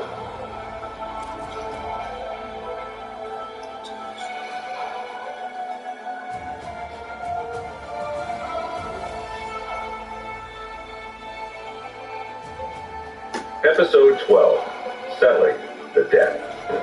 The moment the gunfire sounded, a menacing smile suddenly flashed on Frank Cooper's previously expressionless face. He moved quickly and disappeared from where he'd been, leaving only his afterimage behind. As a result, the shot missed its target. Damien Morris was shocked beyond belief. In the blink of an eye, Frank had suddenly appeared at his side, like a ghost apparating. Ah! Without warning, Frank grabbed Damien's arm and twisted it mercilessly. As the sound of bones cracking reverberated through the room, Damien shrieked in agonizing pain. The pistol in his hand had fallen to the ground. Crash. With a violent kick, Frank sent Damien flying a few meters away, crashing heavily into the wall. In the sorry state he now found himself in, Damien's body shook uncontrollably and blood dripped down from his head. Under the crimson blood painting his face, Damien's skin had turned pale in fear of Frank. He had never thought Frank could be fast enough to dodge a bullet, on top of which he disarmed him in the same instant. Frank walked slowly towards Damien with an apathetic expression. What do you want? Don't come any closer. Damien stared out of his wits, shouted as he gazed at the evil man in front of him. You don't understand, Frank. I had no intention of killing you. It was only a warning shot. A warning shot? Frank sneered and splashed Damien's face, causing it to swell up and begin to bruise. You're still trying to lie to me. Frank stared at Damien coldly. You were aiming at my leg the moment you fired. Yet you dared to say it was just a warning? It's true. Damien looked at Frank in despair. It was true that he had not intended to kill him. He'd only planned to teach him a lesson by shooting him in the leg. He would never have expected Frank to be able to anticipate his actions so well. How terrifying were his perceptions, for him to be able to do so. At the very moment the gunfire sounded, not only had Frank managed to instantly determine the bullet's trajectory and dodge it, but also counter the attack by disarming it. What kind of monster had come into his life? As Damien started to regret his actions, he suddenly thought of something and raised his head to look Frank in his eyes. Are you a master of the ancient martial arts? Damien asked hesitantly.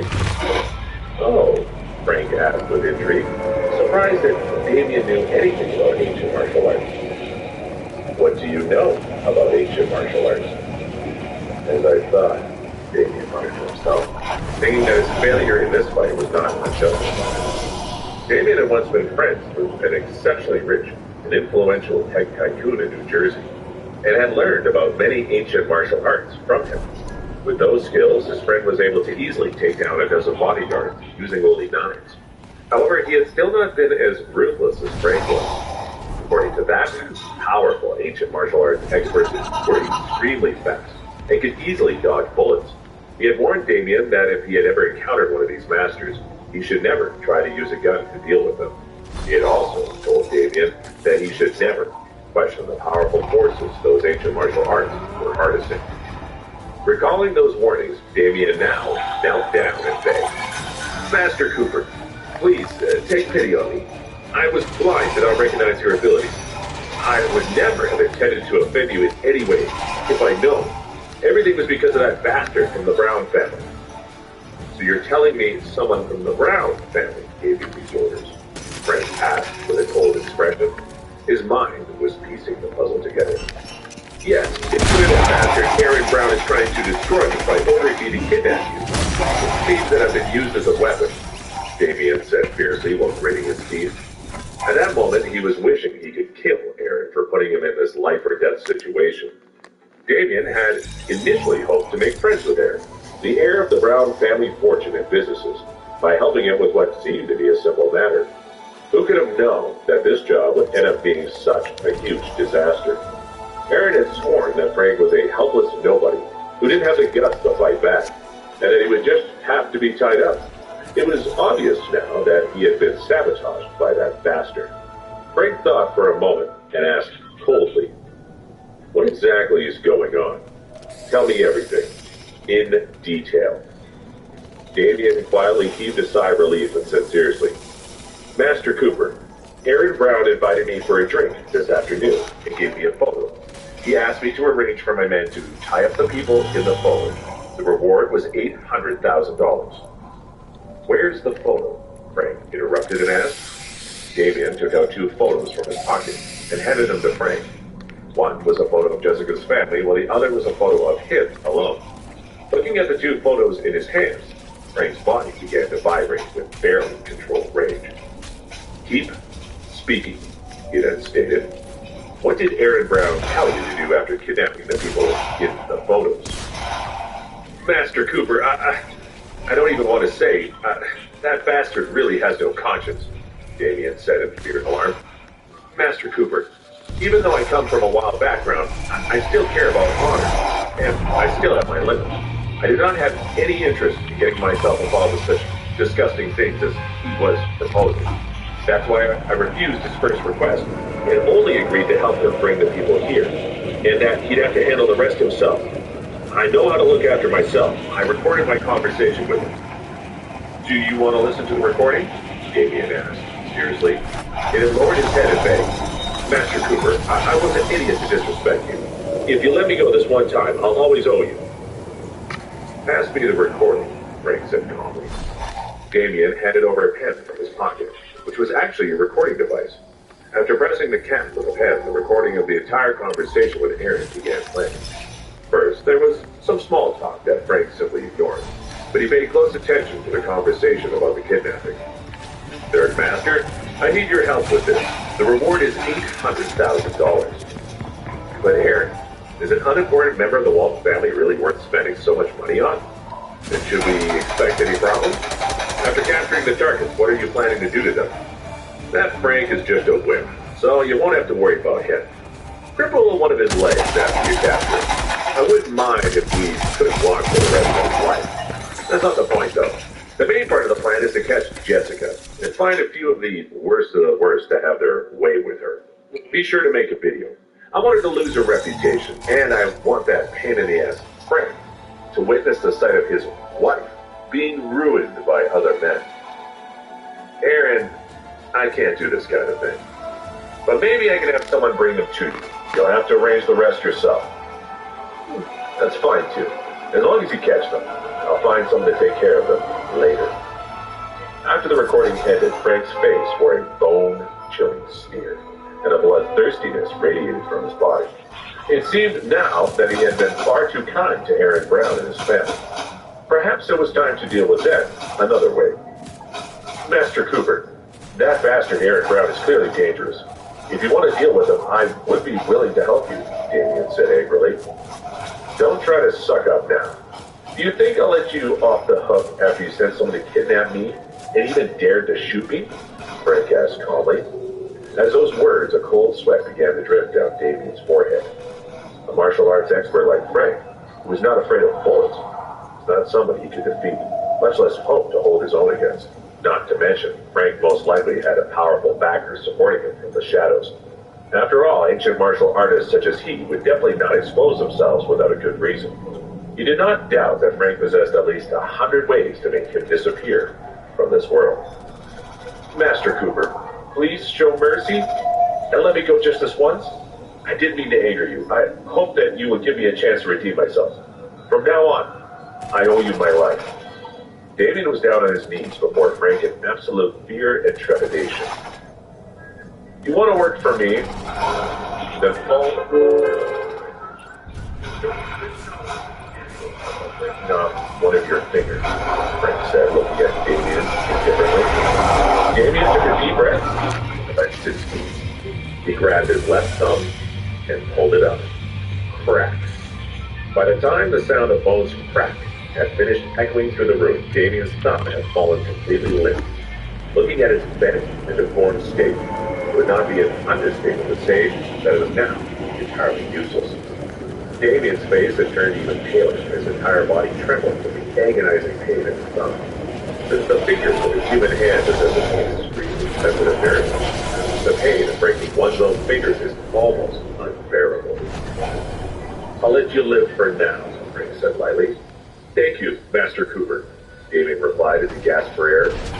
We can't let anyone know what happened tonight, Frank said slowly. And report to me immediately the next time Aaron Brown contacts you. Yes, Master Cooper. From now on, my life will be at your disposal. As long as you give the orders, I will go through with it, no matter what. Damien spoke fiercely. He then let out a long sigh of relief, thinking that his life had been spared. In fact, this outcome could prove to be a blessing in disguise. Although he had lost the use of his thumb, he had nevertheless managed to ally himself with Frank. Serving under someone as powerful as he clearly was would guarantee at least some benefits in the future. After learning all that he had learned, Frank did not have a reason to stay any longer. He turned around and left the Starlight Club building.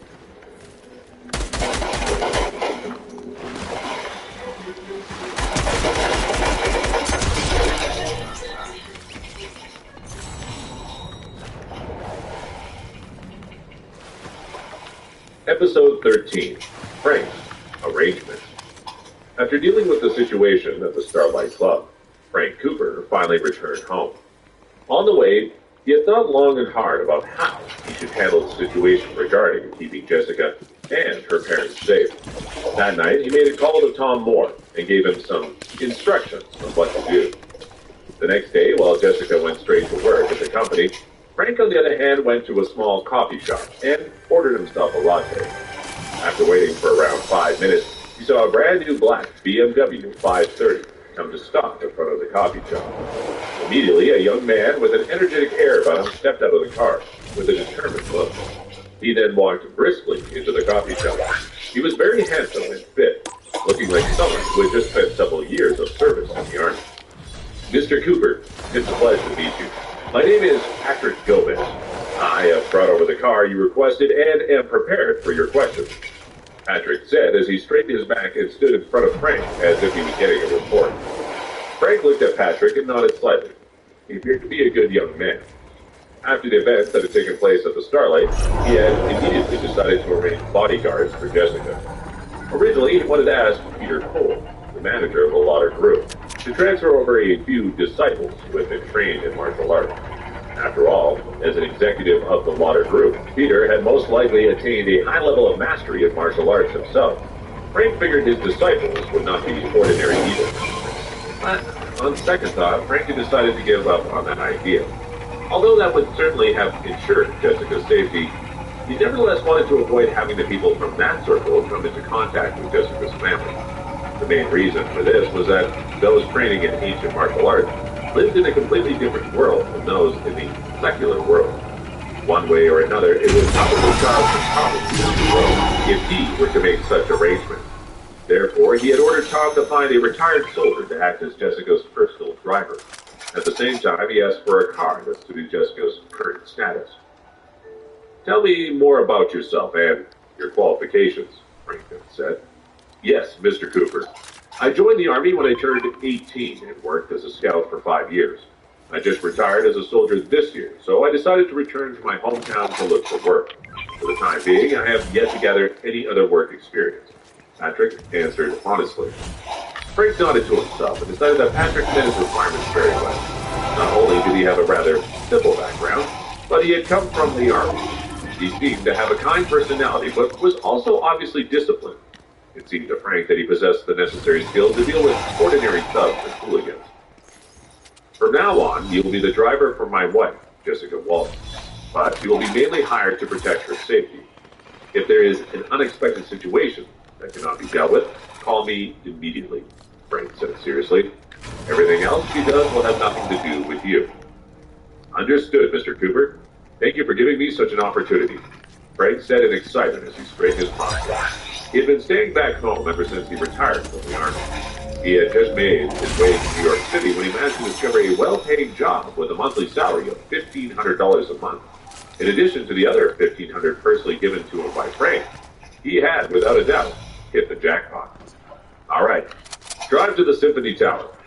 After the two of them got into the car, Patrick immediately started the engine and drove towards the Walton Group offices. 20 minutes later, they had finally arrived at the ground floor of the Symphony Tower. Jessica, Frank said, getting out of the car to greet her. Why are you so late? It's almost noon already, Jessica asked before noticing Patrick standing behind him. And he is? Hello, Chief Director Walton. Sorry, today I'll be acting as your personal driver, Patrick said with a solemn expression. My driver? Jessica asked in confusion. She then looked at Frank and stated, But I don't even own a car. This car will be yours from now on, Frank said with a smile. My car? Jessica looked at the brand new black BMW 530 hesitantly. But I didn't buy a car. Giving the car a quick once over, she found she was actually familiar with its design. Priced around $80,000, it was a very high-quality car. I bought it, Frank stated. It'll be yours from now on. You bought it, Jessica exclaimed in surprise. It's too expensive. Besides, aren't you going to drive it yourself? Frank shook his head and heaved a heavy sigh. After all, he did not consider the car to be expensive. If he had not been worried about shocking Jessica too much, he would have sent him to purchase a Rolls-Royce Magnum for her instead. But where did you get so much money anyway? Jessica looked at Frank suspiciously. Frank had been working in a small barbecue restaurant for the past 2 years. So Jessica was stumped as to how he could have earned so much money during that period. I've been saving up some money for a while, Frank replied. Furthermore, you are the chief design officer of the company now, so you'll need your own car. This isn't right. Jessica shook her head in refusal. You may have bought it, but I'm not able to accept it. You can keep it for yourself instead. Since the two of them had never asked each other about their finances, she naturally did not know how much money Frank had access to. Even if Frank had managed to save this money over the past 2 years, it was still hard-earned money he had scraped together from his small salary. How long would he have had to work to purchase a car worth $80,000? Don't forget, I'm also your assistant director here now, Frank smiled. Since you are my direct superior, how can I, in good conscience, drive to work if you have no way of doing so? Besides, do the things I own not also belong to you? Frank added cleverly. Jessica bit her lip with a conflicted expression, switching her gaze from Frank to the magnificent BMW 530. She could not help but feel conflicted. Don't think too much about it. You've already risen to one of the top positions in the company, so make sure to not waste the opportunity to establish that position, Frank said in a serious tone. Anyway, I'll be earning money as your assistant from now on. If you get promoted and become rich, then you can give me another car. Wouldn't that be the same thing? By the way, Frank went on, I also received notice from Tom Moore today stating that the board of directors has arranged for Patrick here to be your full-time driver. His salary will be paid by the company. Surely you don't disagree with an arrangement from the board of directors immediately after attaining your position, right? Jessica thought about it for a moment before waving the white flag. All right, she said, nodding. Okay then. Let's go for a quick ride in the car, Frank suggested with a bright smile. Jessica was also eager to give the car a try. The emotions she had felt over the past few days were simply overwhelming. Within a day, she'd been promoted from a low-level employee to the director of the design department. With the addition of a luxury car and a full-time driver, she seemed to have suddenly reached the pinnacle of success. But at that very moment, a red Porsche 911 suddenly pulled up and blocked the new car. The owner of the car then deliberately revved the car as loud as they could, as if to provoke her. Wow, not bad, Jessica. I heard that you've been promoted to the director of the design department. A disgusting voice sounded from the direction of the sports car. Jessica and Frank looked over at the same time and saw a young man dressed in flashy clothes and wearing a pair of dark sunglasses. The young man opened the door and stepped out of the car with a dominating presence, looking down his nose at them in disdain. It was Jessica's cousin, Kevin. He had not come to work for the last few days. Jessica, you're quite the daring one, aren't you? I heard that you took over the position of Chief Design Officer yesterday, and even managed to claim the jewelry project worth millions for yourself.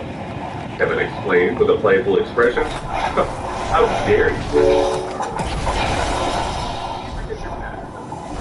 The last few years, you're quite careless when it comes to spending the money you earn, huh?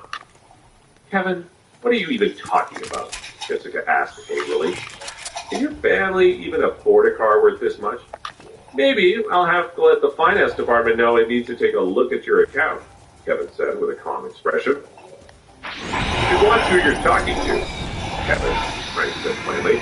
After all, you're just a manager of one of the sales channels of one of the group's lesser subsidiaries. Do you think you have the right to talk to a director of the company in such a rude tone? Are you under the impression that the Walton Jewelry Group is owned by your family? Do you really think the manager of the finance department will listen to you at all? And just who do you think you are? Retorted Kevin furiously as he shot a menacing glance towards Frank. Do you really have the right to lecture me? You're just a spineless coward. Why are you even hanging around here anyway? I am now the assistant of the chief design officer of the company. I simply came here to work, Frank replied with a mocking smile. Oh, right. I just remembered. I heard something about a man throwing up on the table during the takeover meeting with the new chairman and the board of directors. In the end, he even had to lick the table clean and eat his own vomit. I'm actually quite curious as to who that might have been. Kevin, do you happen to know who that was? Frank, you...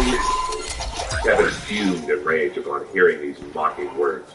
Sweeping his eyes around him, he noticed the strange look of the other employees in earshot, and suddenly felt his face burning with embarrassment. Frank, that piece of trash, would have the guts to mock him, let alone bring up such humiliating things in front of everyone. Was he trying to dig his own grave? You fucking piece of trash, exclaimed Kevin in a fit of desperation. If I don't beat you to death today, you'll start to think that you're some sort of big shot in a company now. He was raising his hand about to attack Frank. Frank simply stood his ground, unmoving, except for a faint smile spreading across his face. Thump. In that instant, a tall and fierce figure suddenly rushed over to block Kevin's attack. Before Patrick had even countered with his own attack, Kevin was knocked to the ground like a bowling pin. How dare you touch me? Do you know who I am? Kevin shouted in anger as he got back up on 2 feet. Sir, I don't care who you are. I am Chief Director Walton's full-time driver and bodyguard. My job is to ensure that Chief Director Walton and Mr. Cooper are not disturbed or hurt. Please watch how you act in front of them, Patrick stated in a serious tone. Kevin was utterly speechless. Filled with emotions of embarrassment and rage, he felt the urge to slap Patrick right in the face. But then noticing Patrick's tall height and toned body, in addition to his muscular arms, Kevin forced himself to keep in check the terrible anger he felt. Fine. You've all made your point, Kevin Kevin said with an expression of pure hatred. But Jessica, don't think you're so great just because you own this stupid car. It's nothing compared to the cars I get to play around with, like the BMW 5 Series given to me. You better not act in such a proud manner yet, he went on coldly. You're just acting chief design officer at the moment. I heard that the company will be holding a jewelry exhibition that ultimately decides the person suitable for that position. When that time comes, do you really think you'll still deserve to stay there? Besides, with my connections in the company, we will have to see just which idiot will dare to side with you after I start making my move behind the scenes. Frank suddenly signaled at Patrick. Noticing this, Patrick walked over and grabbed Kevin by his collar. Then he lifted him straight off the ground. Sir, please shut your dirty mouth, Patrick warned in a stern voice.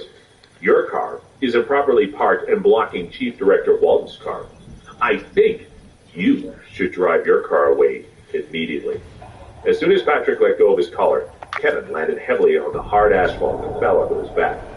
He stared menacingly up at Patrick, barely holding himself back from exploding. Getting up, he gave Jessica a frantic, threatening look before reluctantly getting back into his car. Stepping on the gas pedal, he turned his car away from the scene. Just wait and see, Kevin shouted back at them. Don't think I still can't do anything to your family now, he added as he drove the car into the underground parking lot. There was a brief pause. It feels good to be a director, doesn't it? Frank said with a smile. Jessica also began to smile as she felt a great comfort in her heart. Frank walked over and opened the door to the back seat of the car. After you, Director, Frank said, reaching out his hand. Jessica stared at Frank with a surprised expression before taking his hand and happily getting into the new car.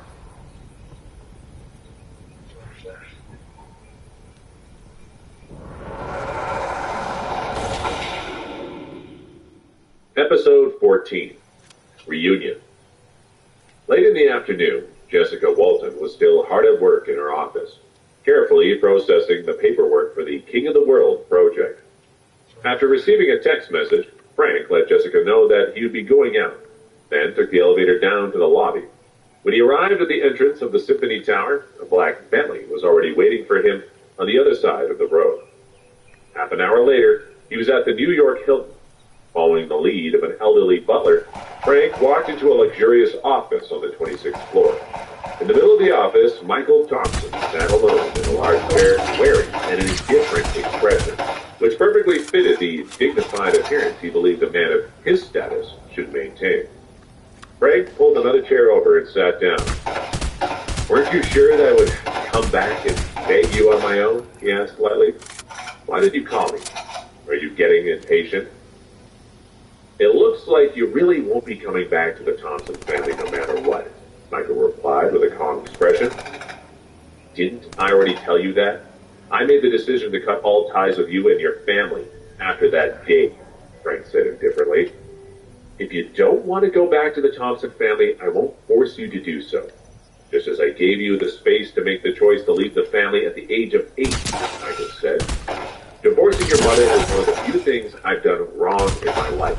However, it's also one of the few things I absolutely had to do, and so I will never admit my mistake. Huh, Frank sneered. Then what did you want to talk to me about today? I asked you to come today because I want to tell you that I'm going back to Los Angeles, Michael said. I bought a penthouse off Central Park and put 10 luxury cars in the garage. Further, there are $100 million in this Swiss bank account, Michael stated, holding up a slip of paper. Take it all. Even if you don't acknowledge me as your father, I can't just sit still and do nothing as my son gets bullied by others. I definitely won't allow you to live the rest of your life in shame. I don't need it, Frank said calmly. It's fine for you to think that I pity you. It's also fine for you to think that I'm simply giving these things to you out of my guilty conscience. However, you must understand that I have never once taken back anything that I've given away, Michael spoke in a dignified manner. From this point on, I will not be interfering with your life any further. I have also filled a safe in the penthouse for you. The password is your birthday, Michael said clearly. If you happen to need any of those things, feel free to take them for yourself. If you're still angry at me, you can throw them all away. Don't ignore them. In short, they are now yours, and you may do whatever you want with them. Frank shook his head with a cold smile. Even after all these years, Michael remained the same arrogant, overbearing person who thought that he had everything and everyone under his control. However, I believe that you are underestimating me, Frank, Michael stated with a firm and confident expression. Do you really think that I have to rely on my son to keep my standing among the other Thompsons in L.A.? Michael snorted coldly and changed the topic. Let me tell you, if you decide to not follow me back to the family right now, wait for 3 months, and I will send you a message when you can. Go back to see your grandfather. You must absolutely not go to Los Angeles without permission. If you don't receive any news from me after those 3 months, you must remember this clearly. Don't ever reveal your background to anyone here. And don't step foot in Los Angeles. If that time comes, forget everything that happened. Leave the past behind. You understand? Is that all? Frank asked. You must remember these words, Michael said. Frank stood up and was about to leave the room when a thoughtful frown appeared on his face. There was something about this conversation that gave him the vague feeling that something was wrong with Michael's behavior. It seemed that the situation for the rest of the wealthy Thompson family in Los Angeles was more complicated than he had previously thought. So Frank could not help but take another look back with hesitation. He then found himself staring into Michael's eyes. Do you have anything else to say? Michael's expression. Frank's eyes narrowed slightly, but he didn't say anything. After a moment, he turned back around and left the Hilton. As soon as Frank had left, the meeting had become absolutely silent. Michael gazed at the door that had Frank walked out for a long while before he decided to stop. Master, you... The butler wanted to say something, but stopped himself from doing so. I just really thought that the other branches were all the right steps. That was not even in the van, man. Look at The only reason I wanted to bring Frank back in the first place was to shut their mouths, Michael said in a tired voice. I never expected them to actually abandon their dignity, to break the rules of the family by receiving help from outside forces. It seems that they no longer have any respect for their own blood. They're preparing to go to war with the other branches of the family. Now, bringing an ordinary person like Frank back into the family would essentially be bringing a sheep into a tiger's den. Master, I don't believe you need to be too pessimistic about the situation in Los Angeles. It's not like we don't have any chances of winning. Although the other master's power completely collapsed 2 days ago, there are still 3 or 4 hidden families that you can mobilize to help. After all, the hidden forces are still intact and have the power to fight, the butler suggested. Oh, my brother is certainly dead now. It seems that they're planning to eat the Thompson family in one bite. But they'll do so over my dead body. Evans, I'll need you to stay here in New York and wait for word from me. After leaving the Hilton, Frank went straight back to the Symphony Tower and decided to put aside the question of the Thompson family for a while. That evening, when Jessica and Frank got off work from the company, they took the elevator to the ground floor. As they exited the front doors of the Symphony Tower, Patrick Gomez had already parked the car by the road and was waiting for their arrival. Frank, Jessica was about to mention something before hesitating. What's wrong? Frank asked. I have a reunion tonight. Are you willing to come with me? Jessica asked. A class reunion? Frank's face began to form into a worried frown when he heard these words. Despite having married into the Walton family 2 years before, he had not once met Jessica's friends. You see, there are a few people in my circle of friends that really try my patience, Jessica immediately added, when she noticed Frank's face. Then, of course I'll go, Frank nodded without hesitation. The two of them got into the car together. Patrick started up the engine and they drove off. 10 minutes later, as the car arrived at the reunion venue, they were greeted by a street that was filled with restaurants, cafes, bars, boutiques, theaters. With a number of pedestrians bustling throughout the area, it was clearly a popular spot. Adding to the exciting feeling, the whole street was lit up by the colorful lights, neon signs that hung on the building. The class reunion was being held in the private room of number 888, the Zypher Bar. When Jessica entered the room, she was immediately welcomed by a sea of excited faces. Jessica, I haven't seen you for such a long time. I heard that you've just been promoted to the Walton Group's Chief Design Officer. Congratulations, said one young woman. That's right. When Jessica was in university, she received an award for movie design. Of course she ended up being an expert in this field, said another. A few of the young and beautiful girls stood up to welcome her with smiles on their faces. Oh, hi, Jessica. And who is this person beside you? A man in a dark purple suit asked with curiosity as he stared at Frank with an unfriendly gaze. He is, Jessica said hesitantly. He's Jessica's assistant, Frank Cooper. The designer dress rushed over to answer for Jessica with a bright smile on her face. Frank simply smiled. He knew that the girl with the ponytail must be Jessica's best friend. Oh, Frank Cooper. It's a pleasure to meet you. The man in the suit smiled and handed over his business card. I'm Jackson Barrow, the general manager of Barrow. Okay. Frank nodded slightly and replied, Really? Nice to meet you. Really? Jessica, you're so amazing that your company even decided you get your own assistant? An attractive girl in a black dress said with envy. She wasn't just assigned an assistant, though. Did you hear? Jessica has even been given a BMW, along with a full-time driver, Anastasia exclaimed proudly, as if she was showing off her own achievements. Amazing. She's accomplished so much at such a young age. Jessica has always been such a strong woman. All of the girls present wore clearly impressed expressions on their faces. All right, Anastasia, stop bragging. No better than anyone else, Jessica said with a smile. But all the praise satisfied her vanity a little. After all, she had never once found herself being admired like this before. While everyone kept chatting, Frank and Jessica sat down on a sofa. Anastasia came with them and leaned closer to Frank, her expression somewhat unhappy. Frank, Jessica finally has a chance to hold her head high today, so don't embarrass her, Anastasia warned. Don't you dare tell him that you're Jessica's husband. Do you understand? Frank only replied with a simple smile. Jessica, don't you mention it either. Anastasia had turned towards Jessica and was trying to persuade her as well. Why did you decide to bring Frank here? You know the reason that I'm acting this way in front of our classmates, don't you?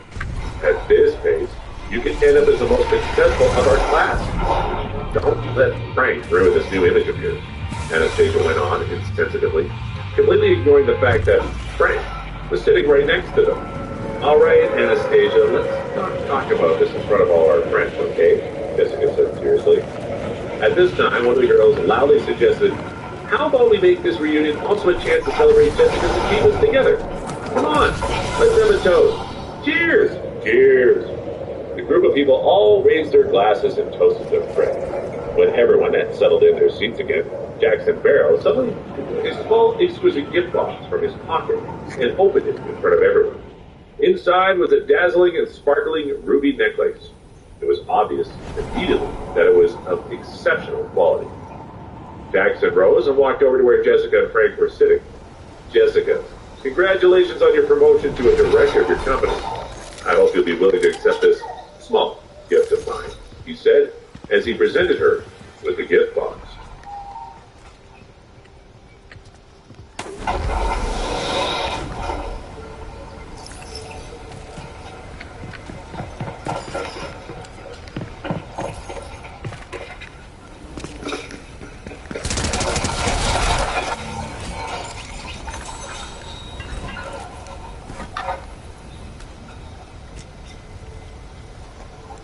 It was his fault. He attacked me.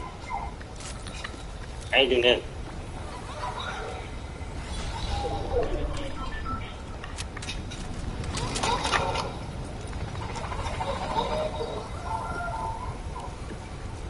Episode 15, Crisis. Wow. Do you consider this a small gift? I passed by a jewelry store a few days ago and saw a much smaller ruby necklace that was thousands of dollars. Compared to that one, this ruby necklace was much better in quality. One of the girl's eyes sparkled brightly as she looked at the ruby necklace. How amazing, Jackson! Wouldn't this necklace of yours be worth at least $15,000? The man praised. Jackson, are you proposing to Jessica? Another beautiful girl said with a playful expression. But Jessica's face looked rather upset when faced with Jackson's flattery. This is just a small token of my appreciation. There's no other meaning to it, Jackson said with a dignified demeanor and a smile. Go on, Jessica. Why not accept Prince Charming Jackson's gift? Yeah, I'm so jealous of you, Prince Charming Jackson. Why don't you give me the necklace instead? Yeah, I remember now. Didn't Jackson chase after Jessica all throughout high school? The group of girls kept happily teasing and then descended into laughter. Jackson's mouth curled up in a smile of success. This was the exact effect he had been after. Jackson, thank you for your kindness, but I cannot accept your gift, Jessica said seriously. Don't act like that, Jessica. How about I just help you put it on? Couldn't you at least try it on? Since you are a jewelry designer, you can appreciate it. Right? Jackson said with a smile. He then slowly picked up the necklace and walked towards Jessica. He looked at Jessica's delicate skin and unintentionally revealed a hint of lust in his eye. Ever since they were in high school, he had longed for Jessica and dreamt of her beautiful body. But despite his constant efforts, he had never been able to get his hands on her, no matter how hard he tried. As long as there was still a chance with her, he would not let it go. But at that moment, Jackson felt like he was walking on a tightrope. Although Jessica's expression twisted his matter, she did not want to cause a scene among all their old classmates in their high school. Jessica said she doesn't want your gift. Don't you understand? Frank suddenly stood up to block Jackson's path, and he stared at him with a blank expression. Frank, what's the meaning of this? Jackson frowned and looked at Frank coldly. I'm presenting your director with a gift. Why are you trying to stop me? Jackson said arrogantly. Then he frowned. Who do you think you are? Will you join us as a courtesy? I'm Jessica's high school classmate, but what are you? Why are you the one making decisions for Jessica? As the general manager of Barrow Construction, he controlled a company with millions of dollars in assets, and he felt that should give him solid status in society. Not to mention his father was a big shot in the construction industry of New York City as well. Considering his current ability to provide on his appearance, Jackson believed that he was completely worthy of the daughter of the Walton family of New York City, even if she was now one of the directors of the Walton Jewelry Group. From his perspective, this little assistant, Frank, must really not know how things work to actually dare to refuse his kindness. I am Jessica's husband, Frank said lightly. As for this defective necklace, you can keep it for yourself. What? You're Jessica's husband? I heard rumors that Jessica's family accepted a good-for-nothing brat as their son-in-law. Could this really be him? It's not a surprise then that ended up becoming Jessica's assistant to make a living. No wonder they said he was good for nothing. Tisk, tisk. So he's the famous trash son-in-law of the Walton family. How does he still have the guts to say he's Jessica's husband, much less become an assistant at her work? All of a sudden, the people in the room began gossiping and started to jeer at Frank. Clearly, they had heard about Frank marrying into the Walton family. Jackson was stunned for a moment before revealing an expression of pure disdain. Huh. So you're the rumored husband. I heard that you had to marry into the Walton family in order to survive. What a disgrace to all the men in this world, Jackson said sarcastically. Look, Frank, could you be jealous? Even though you can't afford a gift like this ruby necklace that costs more than $15,000, you still won't allow anyone else to buy it for Jessica? The people in the private room all began ridiculing Frank. Clearly, they were all like Jackson. After all, Jackson could be said to be the most successful person in their circle of high school classmates. To them, he was a young and promising rich man. If they could curry favor with him, they would naturally be able to gain a powerful connection and possibly influence as well. Frank shook his head and said, there's a layer of chemical coating around the surface of that ruby necklace. Underneath, it's merely a below-average ruby. It's worth 2 to claimed to have paid more than $15,000 for it? What a joke.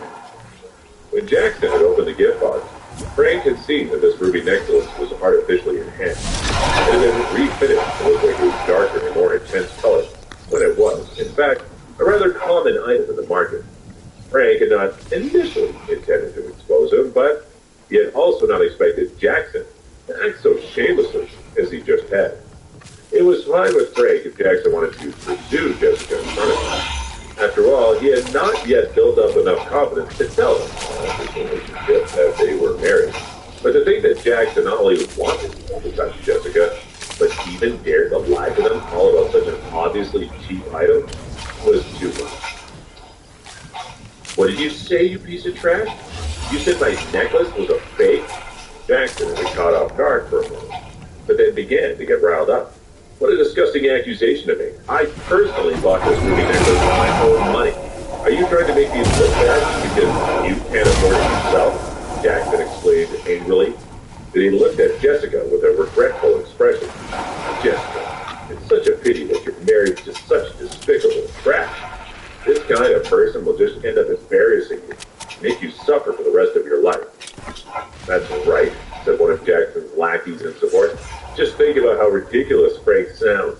What a terrible thing to say, to actually want to tarnish Jackson's reputation just because he doesn't have the money to compete with him. You know Jackson's background, so another. Do you really believe he's the kind of person who can't afford a high-grade ruby necklace?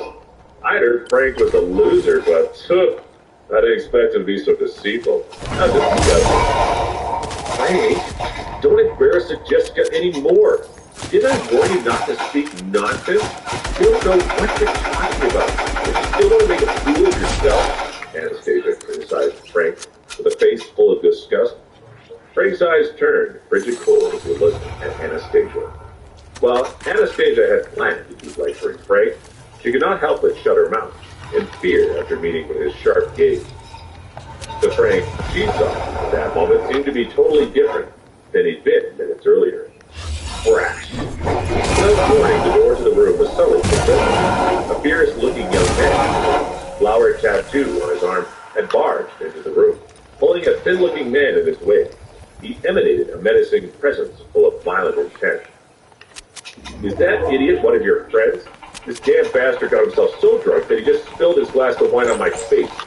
The man with a murderous look exclaimed angrily, "Whoever brought him here better stand up and show themselves before I get even more pissed."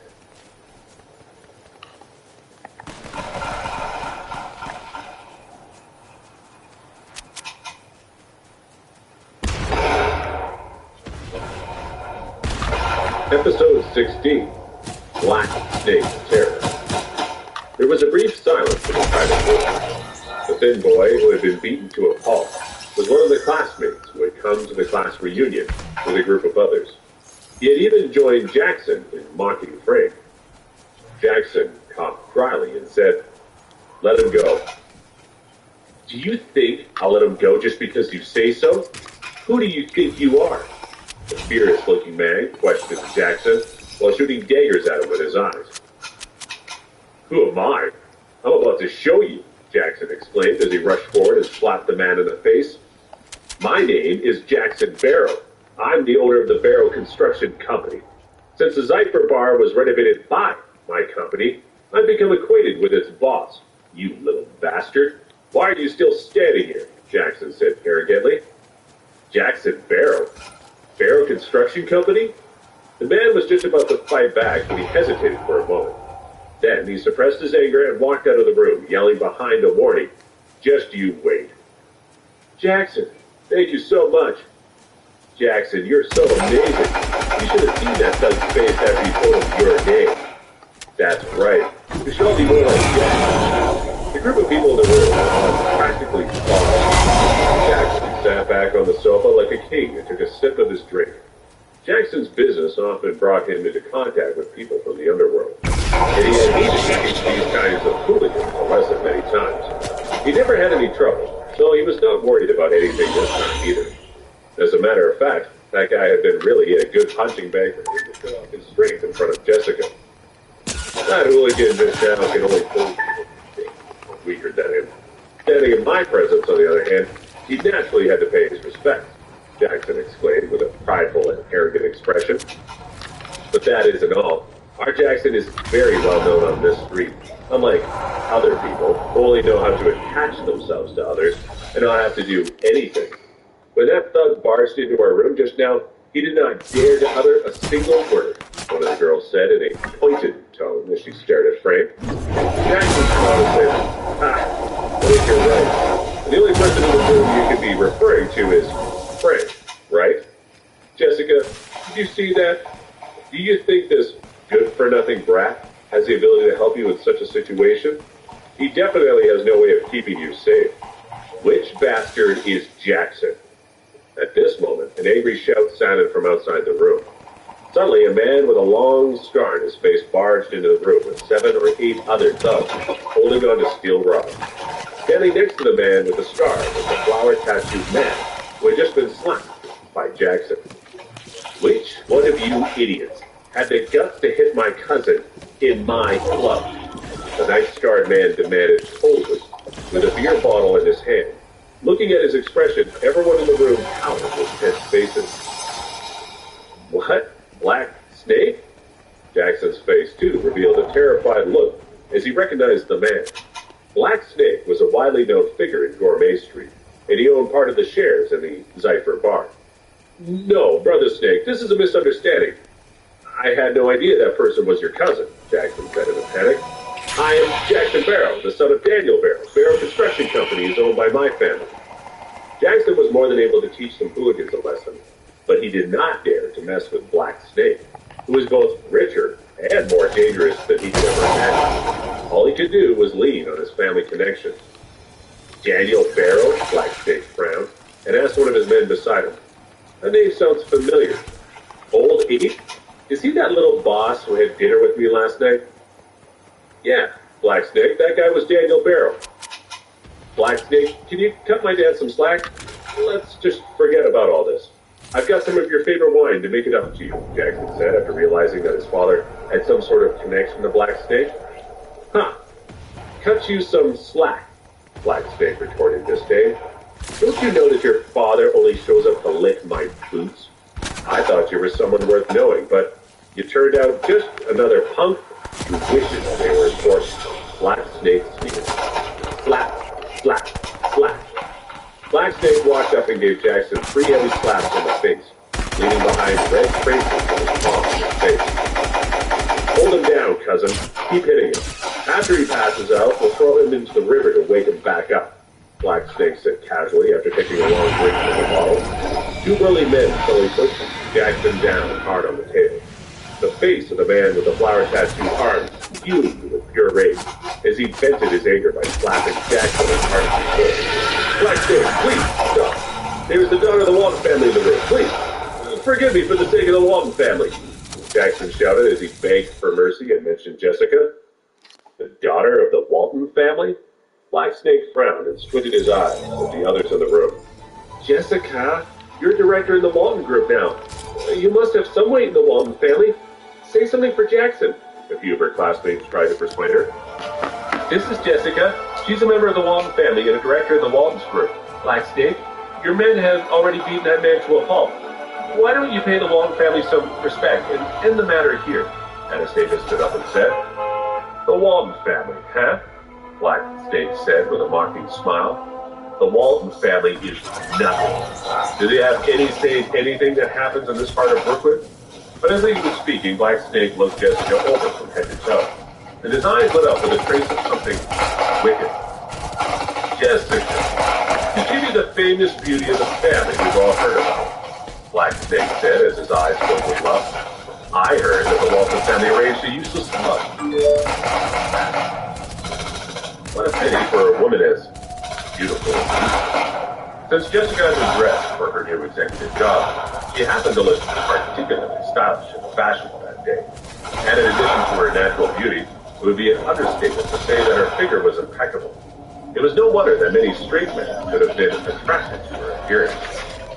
"All right, Jessica, if you drink and have a nice chat with me tonight, I'll be willing to forget about this," Black Snake said with a sinister expression. Jessica's expression turned ashen when she heard these words. But how could she deal with someone who was not even afraid of the Walton family? If you want to fight Jackson, just fight him. Why does that have anything to do with my wife? Frank suddenly stood up and walked in front of Jessica. Oh, Black Snake looked at Frank with a scornful expression. So you're that infamous son-in-law I've heard about. Frank, excuse me, but I never expected you to have such guts. You're certainly much braver than that useless brat over there. Since you actually dared to talk back to me. But you should have already figured out that I have the final say here. Black Snake said as he snapped his fingers. Take Miss Walton upstairs to the private room. I want to have a good visit with her. Black Snake licked his lips as he fantasized about Jessica's body. He never would have imagined that such a delicacy would end up being delivered to his doorstep. With that, Black Snake and his men turned to leave. Over my dead body. Crash. Before anyone had time to react, Frank had already rushed forward in a fit of rage, and his knee had hit Black Snake squarely in the stomach. In the next moment, he raised his hand and grabbed Black Snake's throat. The other man's face quickly turned deathly pale. He was quickly running out of breath. Black Snake, in his current state of panic, was shocked beyond belief. He would never have expected Frank to make the first move, let alone best it before anyone else could react. Kneel down. Frank shot a piercing cold look at Black Snake as he dropped him back down and then hit him in the knee. Why? Unable to withstand the force, Black Snake suddenly fell to his knee, but his face fumed with rage. You actually dare to touch me? Do you even know who I work for? Even the entire Walton family wouldn't dare to offend me. Black Snake glared angrily at Frank. He said furiously, I only answer to the third master, Damian Morris. This is his territory. He runs all the properties on this street.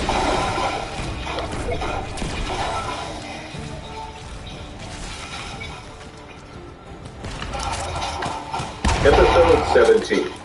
Master Cooper? What is he doing? Frank actually dared to attack Black Snake? Is he crazy? It's all over, bro. We're all gonna get killed because of that useless bastard. I know Black Snake's reputation. There's no way any of us are gonna get out of this situation unscathed. The people in the private room all wore expressions of complete disbelief on their faces. At the same time, they were also struck at the fear that Black Snake would end up venting his rage on all of them, and not just Frank. Frank looked at Black Snake uncaringly and asked, So, you're saying you work for Damian Morris? That's right. I'm one of Third Master Morris's top men in Brooklyn. Anyone who lives in New York City should have heard of Third Master Morris's name at least once, right? Black Snake said with a menacing stare before threatening him. You better kneel down and apologize straight to my face. Who knows? I might just be willing to let you go. Otherwise, I'm also willing to wait for someone else to collect your lifeless corpse. Slap. Without warning, Frank threw yet another slap at Black Snake's face. This time, the slap left behind a searing mark. It even caused blood to spill out from the corner of his mouth. Do you have a death wish? Black Snake screamed with a face fuming with rage. He never would have expected Frank to slap him even after he mentioned his connection to the Third Master. Damn it, you reckless bastard! Let Black Snake go, otherwise don't even think about trying to walk out of here alive, clamored Black Snake's cousin and a few of his henchmen as they pointed their steel rods at Frank, ready to fight him at a moment's notice. Why don't you try moving? Frank said plainly, while once again grasping Black Snake's throat with one hand and lifting him up. Stop! No one move! Under Frank's unyielding grip, Black Snake, unable to catch his breath, began turning redder and redder as moments passed. His entire body trembled uncontrollably, as if he was going to die at any moment. As the seconds began to feel like hours, Black Snake could only pray that his suffering would end. But he wondered how Frank could possess such terrifying strength. How indeed was he able to hold him up like a ragdoll? Black Snake had been working in all sorts of shady business for many years, and was in fact considered a ruthless fighter, and feared by many in the underworld. In this moment with Frank, though, he could only think about how much longer he had to suffer before everything ended. Frank, do you understand what you're doing? Do you really think you can fight all of us? I've already called Third Master Morris. When the Third Master arrives, I can guarantee that even the boss of the Walton family won't be able to protect you, Black Snake's cousin friend. none of you brats will be getting out of here today. Oh, they've already called the Third Master Morris? They even want to keep us here? Panic was breaking out among the people in the room. Frank, you can cause as much trouble as you want for yourself, but you better not drag us down with you. Jessica's classmates were terrified at the mention of Third Master Morris's name. Without any way to escape, they could only blame Frank for getting them in this situation. Damian Morris was a notorious worldwide crime lord, feared by everyone in the area. There was even a general belief throughout New York City that Morris was almost invincible in crypto power in his territory. How could any of them afford to be on the wrong side of such terrifying figures? Frank shook his head and asked with a smile, "Is Damian Morris really that powerful? You don't even know who the Third Master is, but you actually dare to hit someone affiliated with him? How stupid can you be?" As expected, Frank, you don't even know the person you disrespected. How dare you touch one of the Third Master's men? You're finished now. As the henchman said those words to Frank, the students in the room were all flabbergasted. They stared at him with absolute disdain. For a moment, some of them had thought that Frank really had the ability to take on Black Snake. But now, it turned out that he was just a fool who didn't know who he was really dealing with. You really are stupid and foolish, Frank. You actually dared to fight Black Snake just...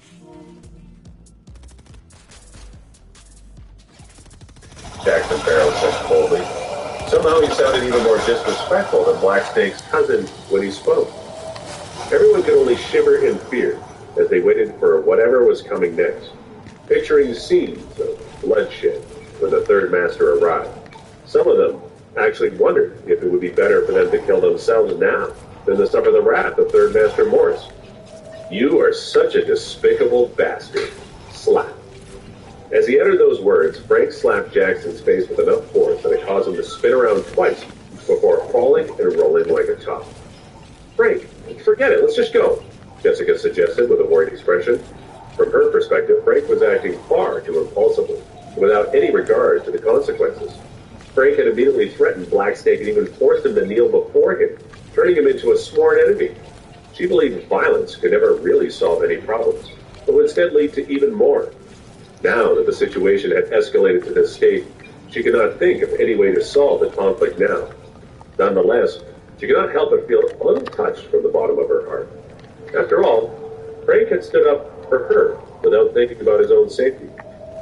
"Are you actually thinking of leaving? Let me tell you beforehand, none of you will be leaving this building alive," Black Snake's cousin stated arrogantly. Crash! Without uttering a single word, Frank kicked the man with all his might and sent him flying out the door to the room. After that, he turned around and looked Jessica straight in her eyes. His face was calm and relaxed. "Jessica, everything will be fine," he tried to reassure her with a bright smile. "This is just a small problem. Wait for me for a few moments while I go and settle this matter." With those words, Frank dragged Black Snake out of the room by the neck, as if he was a sack of potatoes. Small potatoes. Jessica wanted to say something as she looked at Frank's departing figure, but ended up stopping herself from doing so. Outside the room, in a luxuriously decorated corridor, Black Snake and Jackson knelt on the ground immediately, their faces full of fury. Although they wanted to stand back up, neither of them could muster the strength to do so. Since their knees had been injured by Frank, they found it extremely difficult to put any weight at all on their legs. Frank, on the other hand, stood up straight with his hands behind his back, and his expression remained calm. Further down the hall, Black Snake glared at Frank intensely, trying to make sure that no harm befell their boss, though they did not dare to approach. At this point, they were all waiting for Damian Morris to arrive with his men. Although Frank was clearly a powerful fighter, surely he did not stand a chance against the Third Master and his minions in a fight. The stalemate lasted for about 3 minutes. Soon enough, a dozen burly men in suits walked up from behind Frank in an orderly manner. Among the dozen clearly well-trained bodyguards stood a thin, middle-aged man wearing a shark suit and holding a string of Buddhist prayer beads. "Third Master, you're finally here. You have to punish this man," Black Snake shouted upon seeing his boss. But instead of a touching display of loyalty between master and worker, Damian Morris seemed to be ignoring Black Snake's existence entirely. On the contrary, he looked with utter disbelief at the back of the calm young man standing in front of him, with his hands behind his back. At that moment, his pupils shrank as cold sweat dripped down his forehead. Master Cooper? Episode 18. Bow Down. Third Master, this is the brat I was talking about. How dare he behave so insolently in your territory? He dared to slap me even after I told him your name. He doesn't take you seriously at all, Black Snake shouted, afraid that his boss would ignore him. Despite his loud pleas, Damien did not pay any attention at all to Black Snake. Instead, he stared at Frank's back with worry. He had a bad feeling in his stomach. Frank slowly turned around and looked at Damien apathetically, without uttering a single word. Master Cooper? Damien, upon meeting Frank's gaze, immediately lowered his head and respectfully greeted him. What? Black Snake and his men exclaimed in shock. Have my ears gone deaf? What did Third Master Morris just say? Master Cooper, I would never have expected you to make your way to the Zypher bar. Did something happen while you were here? Damien asked politely while wiping the sweat from his forehead. You may ask your man here, Frank replied indifferently. Black Snake, did you somehow offend Master Cooper? Damien asked, his tone ice cold. He'd already heard the news over the phone that someone had caused trouble in the Zypher bar, and even beaten up his supposedly capable subordinate, Black Snake. He'd been told that even after Black Snake mentioned Damien's name, the person who had offended him had not given him any respect.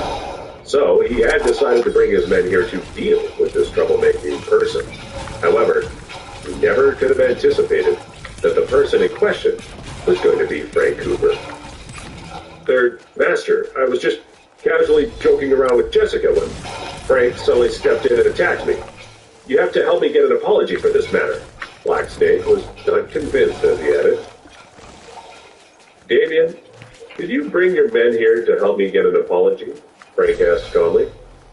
No, Master Cooper, I wouldn't dare, Damien said nervously as beads of sweat dripped down his forehead. Since he is your subordinate, you should handle this matter yourself, Frank stated calmly. Third Master, why are you being so polite to him? Frank is just a useless son-in-law of the Walton family, Black Snake said in a puzzled manner. Even the boss of the Walton family, Charles Walton, has nothing on you, he added with a puzzled expression. Black Snake didn't quite understand what was going on. It was not because he possessed a low IQ, but instead because he never thought about the ridiculous possibility that Damien could actually be working for Frank. In fact, who would have thought that Frank Cooper, the infamous trashed son-in-law of the Walton family, could actually make Damien Morris, the overlord of Brooklyn, lower his head with respect? It would be as unnatural as a wolf bowing down to a little mouse. As Damien looked at Black Snake, his rage burst out from his eyes. At that moment, he really wanted to stab this useless underling of his to death for almost sabotaging him. From the few words that Black Snake had uttered, Damien could already guess the whole story. It wasn't as if he didn't know Black Snake's true nature. As he pieced the puzzle together, he came to the conclusion that Black Snake must have had dirty thoughts about Frank's wife, Jessica. To dare to have ideas about Frank's wife, he was simply digging his own grave. You stupid thing, shut your mouth at once. Without warning, Damien kicked Black Snake's face savagely before using the soles of his shoes to press it to the ground. Third Master, Black Snake stuttered as his eyes were filled with confusion. He really could not understand what was going on. If you dare to squeak again, I will throw you into the Hudson River tonight as fish bait, Damien shouted fiercely, his face flushed with anger. Pass me that rod. I will personally discipline this bastard, Damien said in a deep voice. He took the steel rod from the bodyguard's hand. Tonight, all of you have disrespected Master Cooper. Now kneel down and beg for forgiveness, Damien demanded in a dignified manner as he pointed the metal rod at Black Snake's henchman.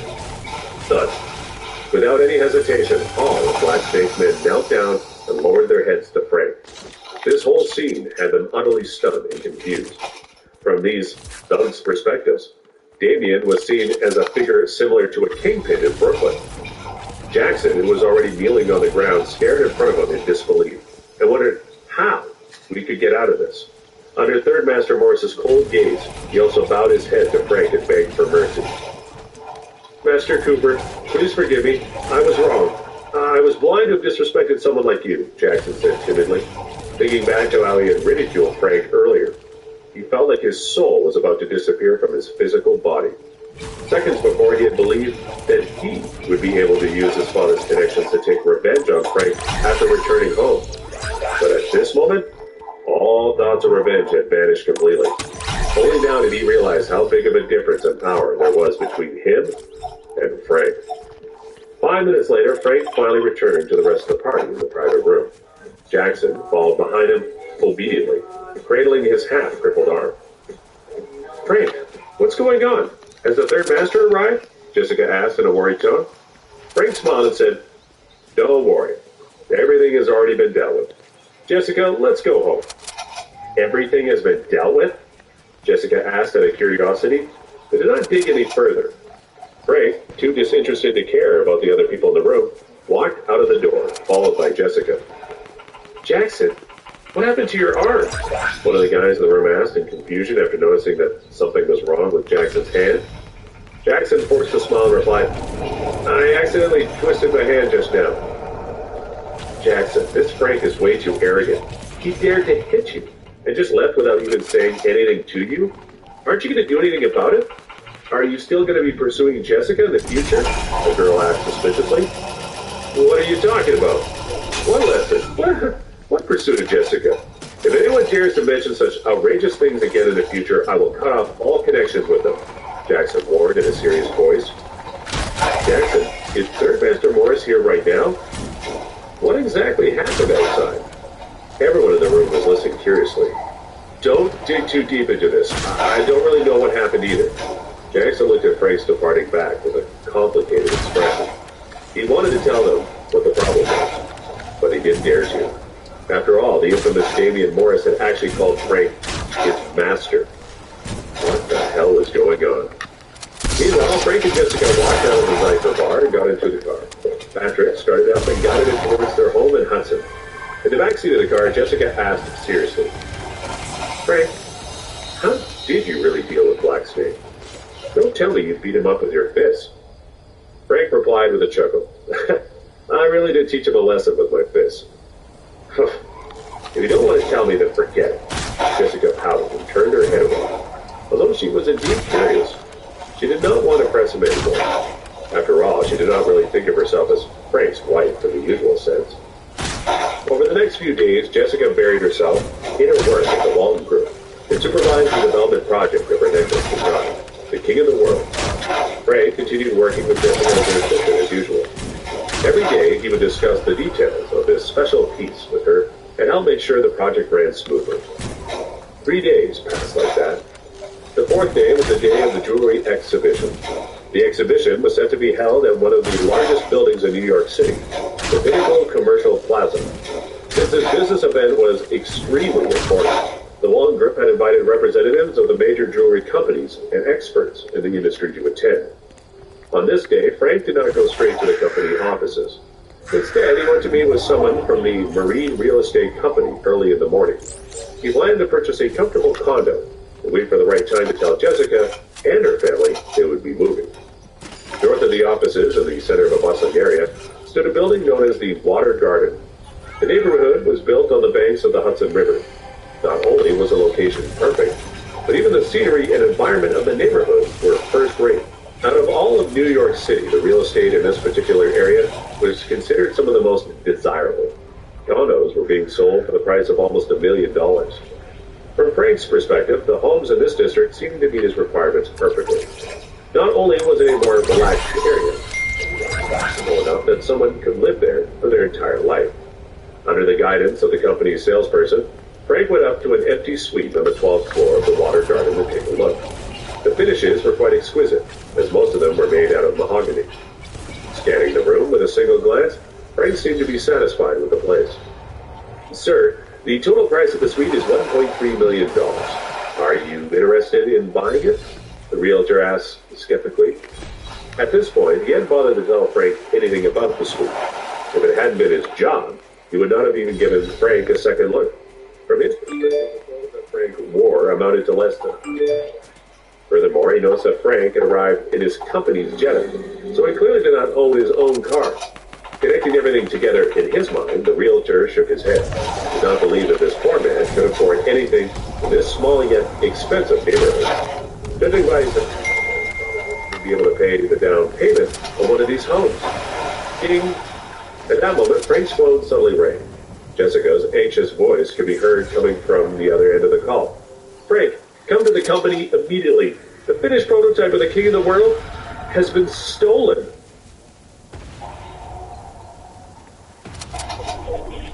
Episode 19. The Prototype Theft. What? All right. Don't panic. I'm on my way over there now, Frank said with a serious expression. At that moment, Frank could hear how noisy it was on the other end of the call. It seemed that the company had already fallen into chaos. Jessica then hung up the call. Frank frowned slightly as he connected the dots to the dire situation.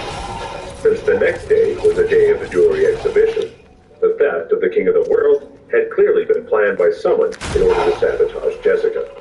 Taking the size of the Walton Corporation into account, this did not seem to be a simple case of theft either, since the Symphony Tower had countless surveillance cameras installed in every room and corridor.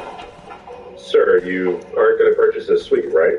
If you have any other questions, you can get in touch with us again another time, the realtor said impatiently, itching to end this meeting with this seemingly poor customer. In all honesty, he had no intention of ever spending more time with a worthless customer like Frank. What he had done today was just a courtesy. Actually, I will be purchasing this suite. If I have something urgent to attend to, please help me with all the formalities, Frank stated as he passed his bank card to the realtor. The password for this card is just 6 6s. Call me when you finish dealing with the rest of the procedures, said Frank, and he immediately turned around and left. Sir, please, wait a moment. The realtor stood holding Frank's bank card stunned. Do you really think you're the boss here? Why are you pretending you can afford this? If you could purchase a house worth over $1 million, just by holding over a bank card, everyone would try to do that. As he continued to complain, but when he looked more closely at the bank card in his hand, he stood in shock on the spot. After all, this black bank card, meticulously inlaid with gold, was custom made for the VIP of JP Morgan & Chase. This can't be right. Is this really a JP Morgan black gold debit card? The realtor uttered in disbelief. As someone who had been working in the real estate industry for many years, he naturally knew about the existence of this exact card. This card was custom made by JP Morgan Chase for big clients who had billions in savings. It was a powerful symbol of one's status. Moreover, all the well-known businessmen in the New York State who possessed this card would be able to enjoy VIP treatment during their purchases. Although the realtor dashed back downstairs as fast as he could in an attempt to stop Frank, it seemed that Frank had already disappeared from the area. After rushing down the stairs, Frank stopped the taxi at the entrance of the building and asked to go straight to the Symphony Tower. The taxi driver had just pulled out into traffic when Frank's phone rang again. Hello, Mr. Cooper. This is Liam Martin. I sincerely apologize for neglecting you just now. Please forgive me for my unsightly behavior. On the other end of the phone, the realtor quickly apologized in a fearful tone. He understood that if a big client like Frank complained to his boss about his terrible service and attitude, it could cause him to be fired. You just need to take care of the things that I requested, was all Frank said. Yes, sir. I will take care of it right away. I promise that I will complete everything today. Thank you for giving me a second chance, Mr. Cooper. I won't disturb you any longer. The ill employee said politely before heaving a sigh of relief. Frank hung up the call. Immediately after, a second call sounded. It was from Tom Moore. Director Cooper, I apologize for my confidence. I have utterly failed my job. The piece of jewelry that you gave me, the King of the World, has somehow been stolen, Tom said nervously from the other end of the call. I'm sorry for causing such a problem for Director Walt's project. I hope you will give me a chance to redeem myself. I will personally handle this matter before the jewelry exhibition begins tomorrow, he added, taking on an immense burden, and seeming to be extremely flustered by his sudden turn of events. This is not your fault. You don't have to worry about it, Frank said reassuringly. Yes, I understand, Tom Moore replied anxiously. Frank hung up the phone and frowned. Although the prototype of King of the World was worth around $1.5 billion, Frank was not worried about the financial loss.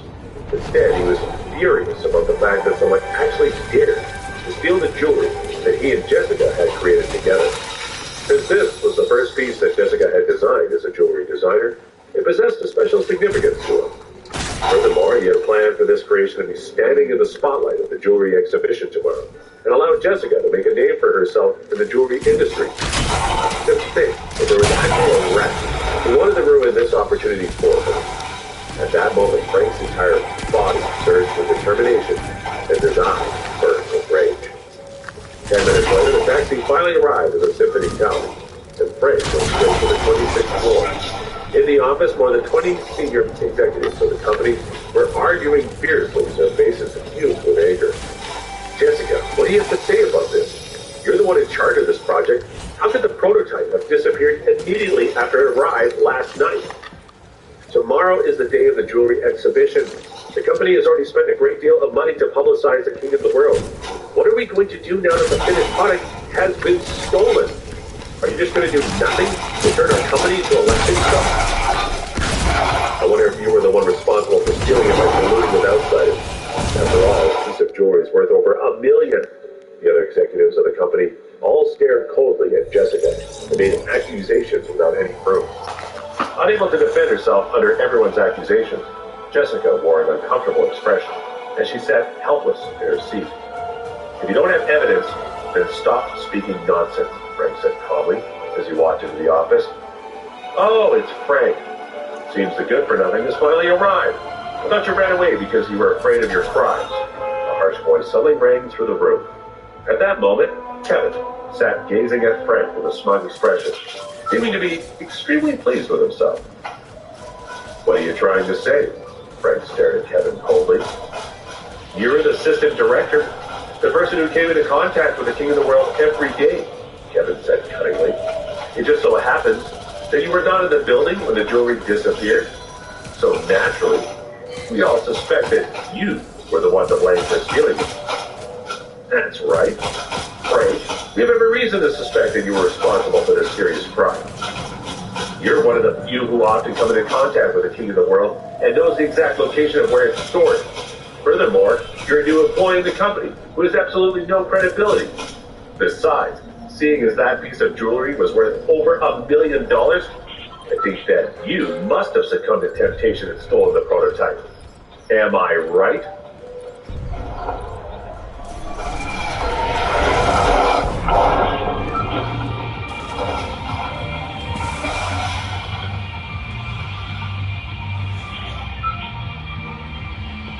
Episode 20. Dozens of pointing fingers. Suddenly, some of the executives of the company stood up and began throwing outrageous accusations at Frank with angry expressions on their faces. They actually seemed to think that Frank had stolen the King of the World prototype necklace. Actually, I began to suspect that something was wrong a little while ago.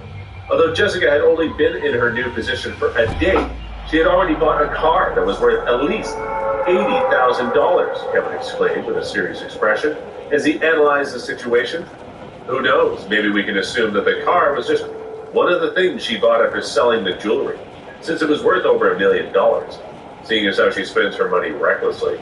Do any of you really see her fit to stay in her position, let alone be in charge of such an important project? Couldn't she be secretly hoarding and using the money for herself? Last time I asked the manager of the finance department to check her account, however, no one from top management of the company was willing to listen to my concerns, Kevin said with utmost regret. If they had listened to my advice and checked Jessica's transaction history, they would definitely have found some suspicious activity behind the scenes. We would have then reported it to the board of directors and removed her from her position as a director. If we had done that, how could such a crisis ever befall our company at such a crucial time? Of course, how could we have been so blind? Jessica was merely a low-level employee of the marketing department before suddenly rising up into the position of director. She must have succumbed to her greed and stolen the jewelry for herself. That is certainly to be expected. After all, how can people who are afraid of falling back into poverty be suitable for such an important position? She must have stolen the jewelry to maintain her wealth. Such disgusting actions. Jessica must certainly have played an important role in the disappearance of the King of the World. Every single one of Kevin's close friends and senior executives began jeering at Jessica and adding fuel to the fire with their baseless and wild guesses. What else is there to conclude about this situation? Jessica must have colluded with someone on the outside. She was obviously enticed by the money. After all, how could she not be tempted by something like that? It's worth more than $1 million after looking at it every day. How could a couple like them, who were once so poor, actually endure such a temptation?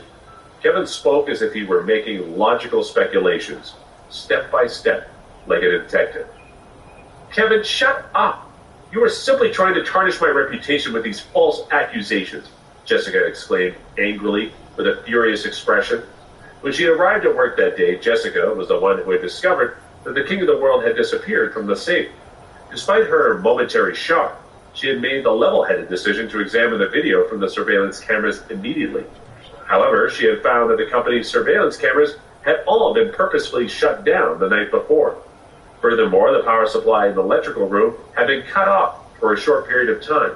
It looked as if someone had meticulously planned the theft ahead of time. Really, the matter should have been reported to the police to handle. Some of the members of the management of the company, especially Erica and Kevin, had strongly requested that the board of directors call the police to handle it. However, the new chairman, Tom Moore, had prevented anyone from doing so. He claimed that it would be best not to publicize it to the public and temporarily conduct an internal investigation within the company. After all, Jessica was the person in charge of this project. The greater the commotion, the more it would damage her reputation. If something like this happened to a project Jessica was in charge of, even the chairman could not help her get out of responsibility for the situation. Oh, Chief Director Walton is really impressive, is she? Trying to use her position to pressure us? Kevin said mockingly, but his face was full of pride. Jessica, you better remember your current standing in the company. Kevin laughed and said, you're just an acting chief design officer.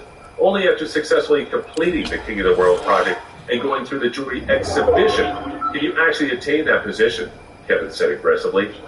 But take a look at the current situation. Not only did you fail to even complete the King of the World project, but you even lost the finished product that cost more than $1 million. Even worse, the jewelry exhibition will be held tomorrow. How are you going to explain this all to the company then? Did you really think that you could keep the chief design officer position after that? Jessica bit her lip tightly and dared not say a single word. On the surface, she looked strong, but the grievance in her eyes could not be concealed. She had always been a low-level employee and worked extremely hard to reach her goals. Through her own inspiration and creativity, she had finally obtained the recognition of the company's executives and was promoted to acting director. She finally had a chance to stand up and make a name for herself. After working so hard for these past few days and nights, she had finally completed her first product. But when the work that she had put all her blood, sweat, and tears into was about to be made public, it was suddenly stolen by someone. Worse, she had even been falsely accused of the theft by other executives in the company. The amount of suffering in her heart was simply inexpressible. She thought it might even be the most unbearable thing that she had ever experienced in her life. Also, she had nowhere to go for help and could only endure her colleagues' unreasonable accusations. Jessica, I'm also beginning to suspect that you secretly switched out certain materials and ended up making inferior products during the research and development of this project. But your true nature is now apparent, seeing as you obviously have no intention of taking responsibility for this matter. I can now safely assume that you tried to hide the jewelry's finished product and purposefully announced that someone else had stolen it. After all, no one other than you and your husband has seen the actual final prototype of the King of the World, Erica stated with a cold smile as she suddenly stood up from her seat. She appeared to want to join in on making wild guesses and did not even try to conceal her intentions. You are talking nonsense. I have never once cut any corners in my work. This piece of jewelry was made with absolute attention to quality and detail, Jessica said indignantly. She could bear the suspicion and criticism of the management of the company, but as someone who took pride in designing the best jewelry, she could not bear the insults to her work. How amusing, Erica continued to mock. You still dare to claim that your creations are perfect? I think you now see that your creations aren't as good as mine. Tomorrow's the day of the jewelry exhibition. Maybe you deliberately threw away that piece of trash and wanted to gain everyone's sympathy by pretending to be innocent. Could it be that you actually don't have what it takes to design million-dollar jewelry like this? You intended to get out of the situation and steal the money at the same time by fooling everyone, didn't you? Did you really think that everyone here is a fool? And are you really so shameless that, after finding out that you don't have the ability to produce something worth $1 million, you resort to stealing the jewelry for yourself? Erica snorted coldly, with a mocking expression. That's right. None of us have even seen the real finished product. Only the two of you get to decide whether or not it truly lives up to everyone's expectations. Tis, her words made sense to me, since Jessica was originally someone without any qualifications. It's very likely that Erica's words are true. It seems that she is trying to fool everyone here with her pretense. A few of the executives, mostly friends of Erica, once again began throwing out criticisms, one after another. How can such shameless people like them be allowed to stay in the company? Aaron Brown snorted coldly. Jessica, Frank, let me tell you two. This piece of work has already cost the company $1 million in production fees. In addition, it has also been heavily publicized to the outside world. The cost of everything placed in this project alone is simply immeasurable. Do you think your family can bear this responsibility? Once the jewelry exhibition is held, our company will suffer a huge loss due to this unfortunate matter. Your family can definitely not afford to pay for our losses, even if we take everything you have. As the company's vice chairman and a permanent member of the board of directors, I can certainly use my personal name to file a legal lawsuit against the two of you who were in charge of the project. I will sue you for serious damage to my financial interests. Also, I'm going to organize all the directors and shareholders to carry out legal action against the two of you. When the time comes, the two of you will be sentenced to countless years in jail. He finished proudly. You really know how to distort the truth, don't you? Do you think your words reflect the truth of this situation? Well, Frank said with a cold smile. You two are the only ones in charge of the project. Do you think you can get away with this? Kevin jumped out of his seat and exclaimed, the king of the world will be at the jewelry exhibition tomorrow, just as it's supposed to.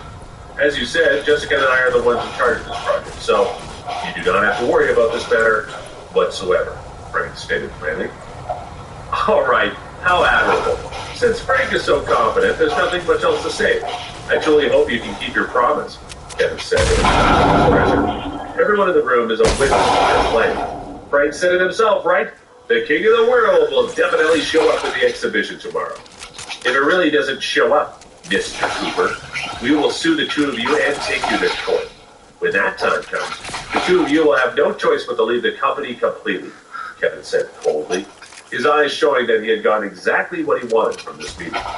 Frank gave Kevin a serious look, but did not say anything. Frank, why did you say something like that in front of so many executives in the company? They're going to use it as a bargaining chip. Jessica whispered to Frank with a worried expression. Those were completely groundless accusations. There's no need to take them on. You should just bear with it and let them say whatever they want. Frank smiled and said, Jessica, it's already time to get off work. Let's go off to that dinner. How are you still in the mood to eat? Jessica rolled her eyes and exploding with frustration at Frank's emotional attitude. No more. Continue the conversation as we get. Frank said, Jessica did not understand why, but it seemed that Frank's spiritual matter was the correct time. During the stairs, they felt in all directions. The two of them proceeded downstairs to the building. After the two of them left, Kevin displayed a sinister smile to walk Erica's side. You did a good job in this matter, didn't you? Erica whispered, satisfied expression. Kevin, I never expected you to actually use such a method. I feared you underestimated your abilities. This time you have indeed that much. I will discuss with Aaron some more about asking the Brown family to help with your family's recovery. Kevin snorted coldly. Tom is simply a lackey of the Lauder family, a mere secretary without any actual power. He's using the Lauder family's name to bully us, to bully my family. When the time comes, our two families will work together. With the help of Aaron, he'd find an opportunity to kick Tom out of the board of directors, no matter what. Does Jessica's family really think that they can oppose us just because they gained the favor of the new chairman? How reckless can they be? Erica said with a cold smile. Corey! This time, Jessica and Frank actually messed up a project worth over $1 million. Even with Tom as the chairman of the company, there would be no reason for him to help them cover up the situation. At this rate, we'll be able to kick them out of the company by tomorrow.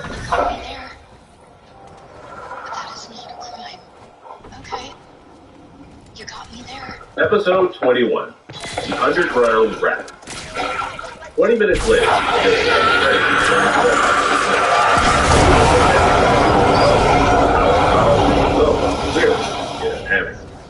Frank, what happened to the jewelry that Jessica was in charge of? Why didn't they want it? They asked, having already received news of the disappearance.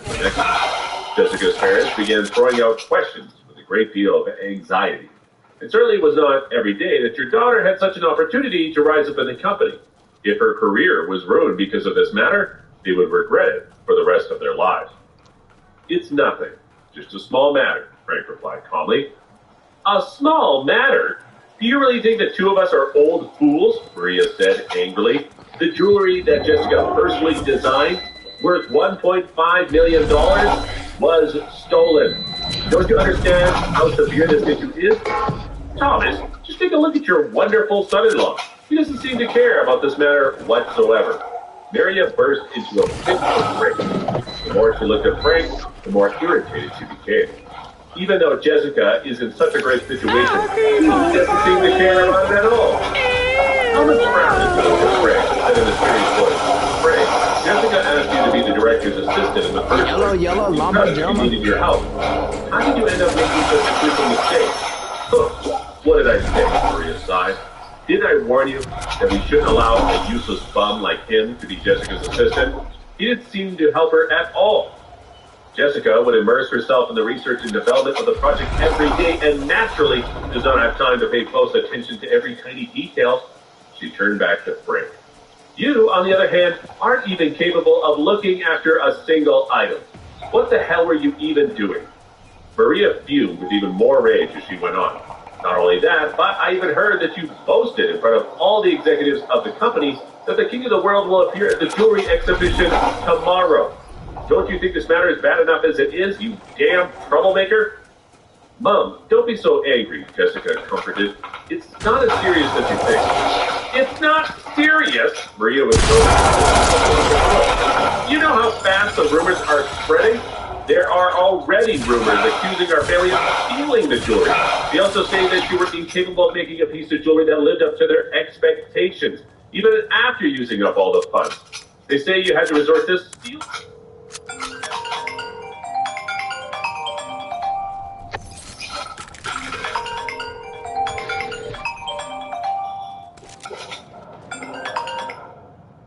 The jewelry. The rumor is that our entire family will be sentenced to jail. Daughter, you are our family's only hope, Maria said earnestly, trying to calm herself down. It was certainly not easy for you to seize this opportunity and gain the recognition of management. You've been promoted to an acting director of the company because of your own hard work. During the jewelry exhibition tomorrow, you'll have a chance to make a name for yourself and stand out as a dignified figure in the industry. But with these things happening at such a critical moment, do you think the board of directors will still be willing to stand beside you? If this isn't fixed, you're going to lose your job.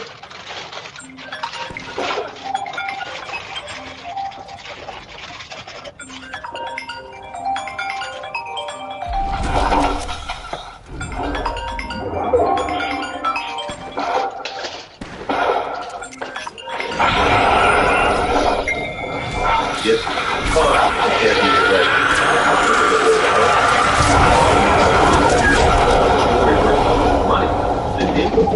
As important as the jewelry exhibition, it's sure to have a huge impact on the company's image and reputation. The board of directors will then have to take on an internal investigation. Seeing as Charles and Christian are both still barely holding on to their positions, they would definitely use this opportunity to kick it while we're down. That's right. Why would Kevin Radcliffe family want to take advantage of the situation?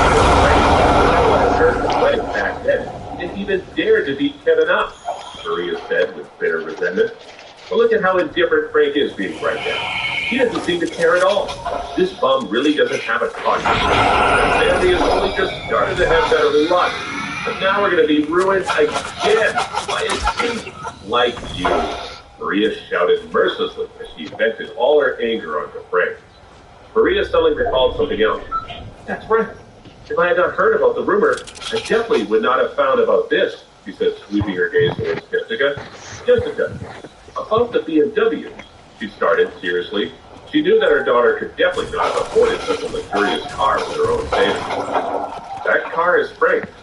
Jessica was about to explain that Frank had bought it. Frank, it's because of you again, Maria interrupted Jessica and glared at Frank. What I said, I thought you were at least an honest man. It seems that I've misjudged you yet again. Not only do you have no pride, but you're also a terrible person. Letting you have the position as director's assistant seemed to have revealed your true colors. I was wondering how my daughter managed to make so much money in such a short time. Who knew that everything was instigated by you in the first place? Since you used Jessica to take charge of this project in the company, you must have gotten quite a lot of benefits yourself, right? Did the theft of the jewelry have anything to do with you? Maria said with suspicion. Mom, that's impossible. Frank would never do such a thing, Jessica said in defense of her husband.